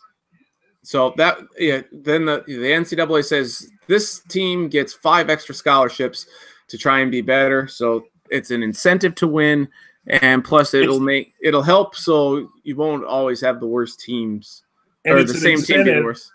If you're 1-8, to maybe lose on purpose to try to get 5 extra scholarships for the next team. Right. So there we go. What do you think of that? I think that's contact the lawyers and see what they can do. A lot of extra money stacking 5 scholarships. Lysol would be very, very happy to do it. Let's see who would be the worst 2 teams this year. Let's take a look. I know UTEP only had 1 win. Rutgers only had 1 win, right? What is this, Power 5, or what are we doing? UConn might be. Yeah, UConn had a historic. I forgot about UConn. What he's never given up? UConn and UTEP, probably the 2 worst. Yeah, yep. Rutgers would just be missing out, so they'd be actually pissed. Oh, CMU was 1-11. San Jose State was 1-11. Oh my God, we had a. I think UConn is one of 2 teams ever to allow on average 50 points a game on defense. Yeah, it's like all time bad. They literally might be the worst defense in FBS history. They gave up 600 yards a game or 550 yards. Yeah, it was over 600, which I remember going into the last game. Whoever they played, it was like they could give up minus 450 yards. And would still have the worst defense in the country by a wide margin. Not gonna lie, guys. There's 5 1-11 teams here. This would be very difficult. How would you pick the 2 worst teams? Again, certain criteria. 4-team playoff. Who's the 4 worst teams of those 5? There we go. Where would we play this at? Are we going to play this just at all in terrible weather cities? Can we play it in T, Crins? Is it West Central? Play in some shitty 9B school. Play it in fucking Cadoga. No, I like Crins' idea of in small domes. There's going to be one at the one in Idaho, and then one at the one either in North Carolina or at UNI. One of those 2. And those are the 2 semifinals. Yeah. The championship game will be somewhere in northern Canada. Stacking, Did you hear Central Michigan hired as a coach? I did not know. Who did they? Who'd they get? He likes to fuck sharks. Whoa. I forgot about that. That's funny. That does not sound like He's a pleasant. the shark fucker stacking. I Who is this coach? Do you not know what we're talking about with that stacking? Oh, is this a Jim McElhaney guy? Yeah. Jim McElwain is the next coach of your Chippewas. We'll undoubtedly go 10-2 next year and play Indiana in the Quick Lane Bowl. Wow. Well, good for them. You're about as far away from sharks as you can get in central Michigan, but yeah, they don't like the cool climbs, stacking. They don't like the cool climbs. They're safe. They're safe from their biggest predator. So there we go. We start with Rivers fucking. We end with shark fucking. It's been a extravaganza of proportions as we come upon, pun intended, come upon this Christmas season. Sports Lounge 271. Enjoy the fucking snow that you've received. Enjoy the cold. Next week, iffy on a show, 50-50 on a show. We'll see what happens. Whenever we have a show next, that's when we'll see you next, or more accurately, you will see us. So for Nathan, for Charlie, for Shane Coon,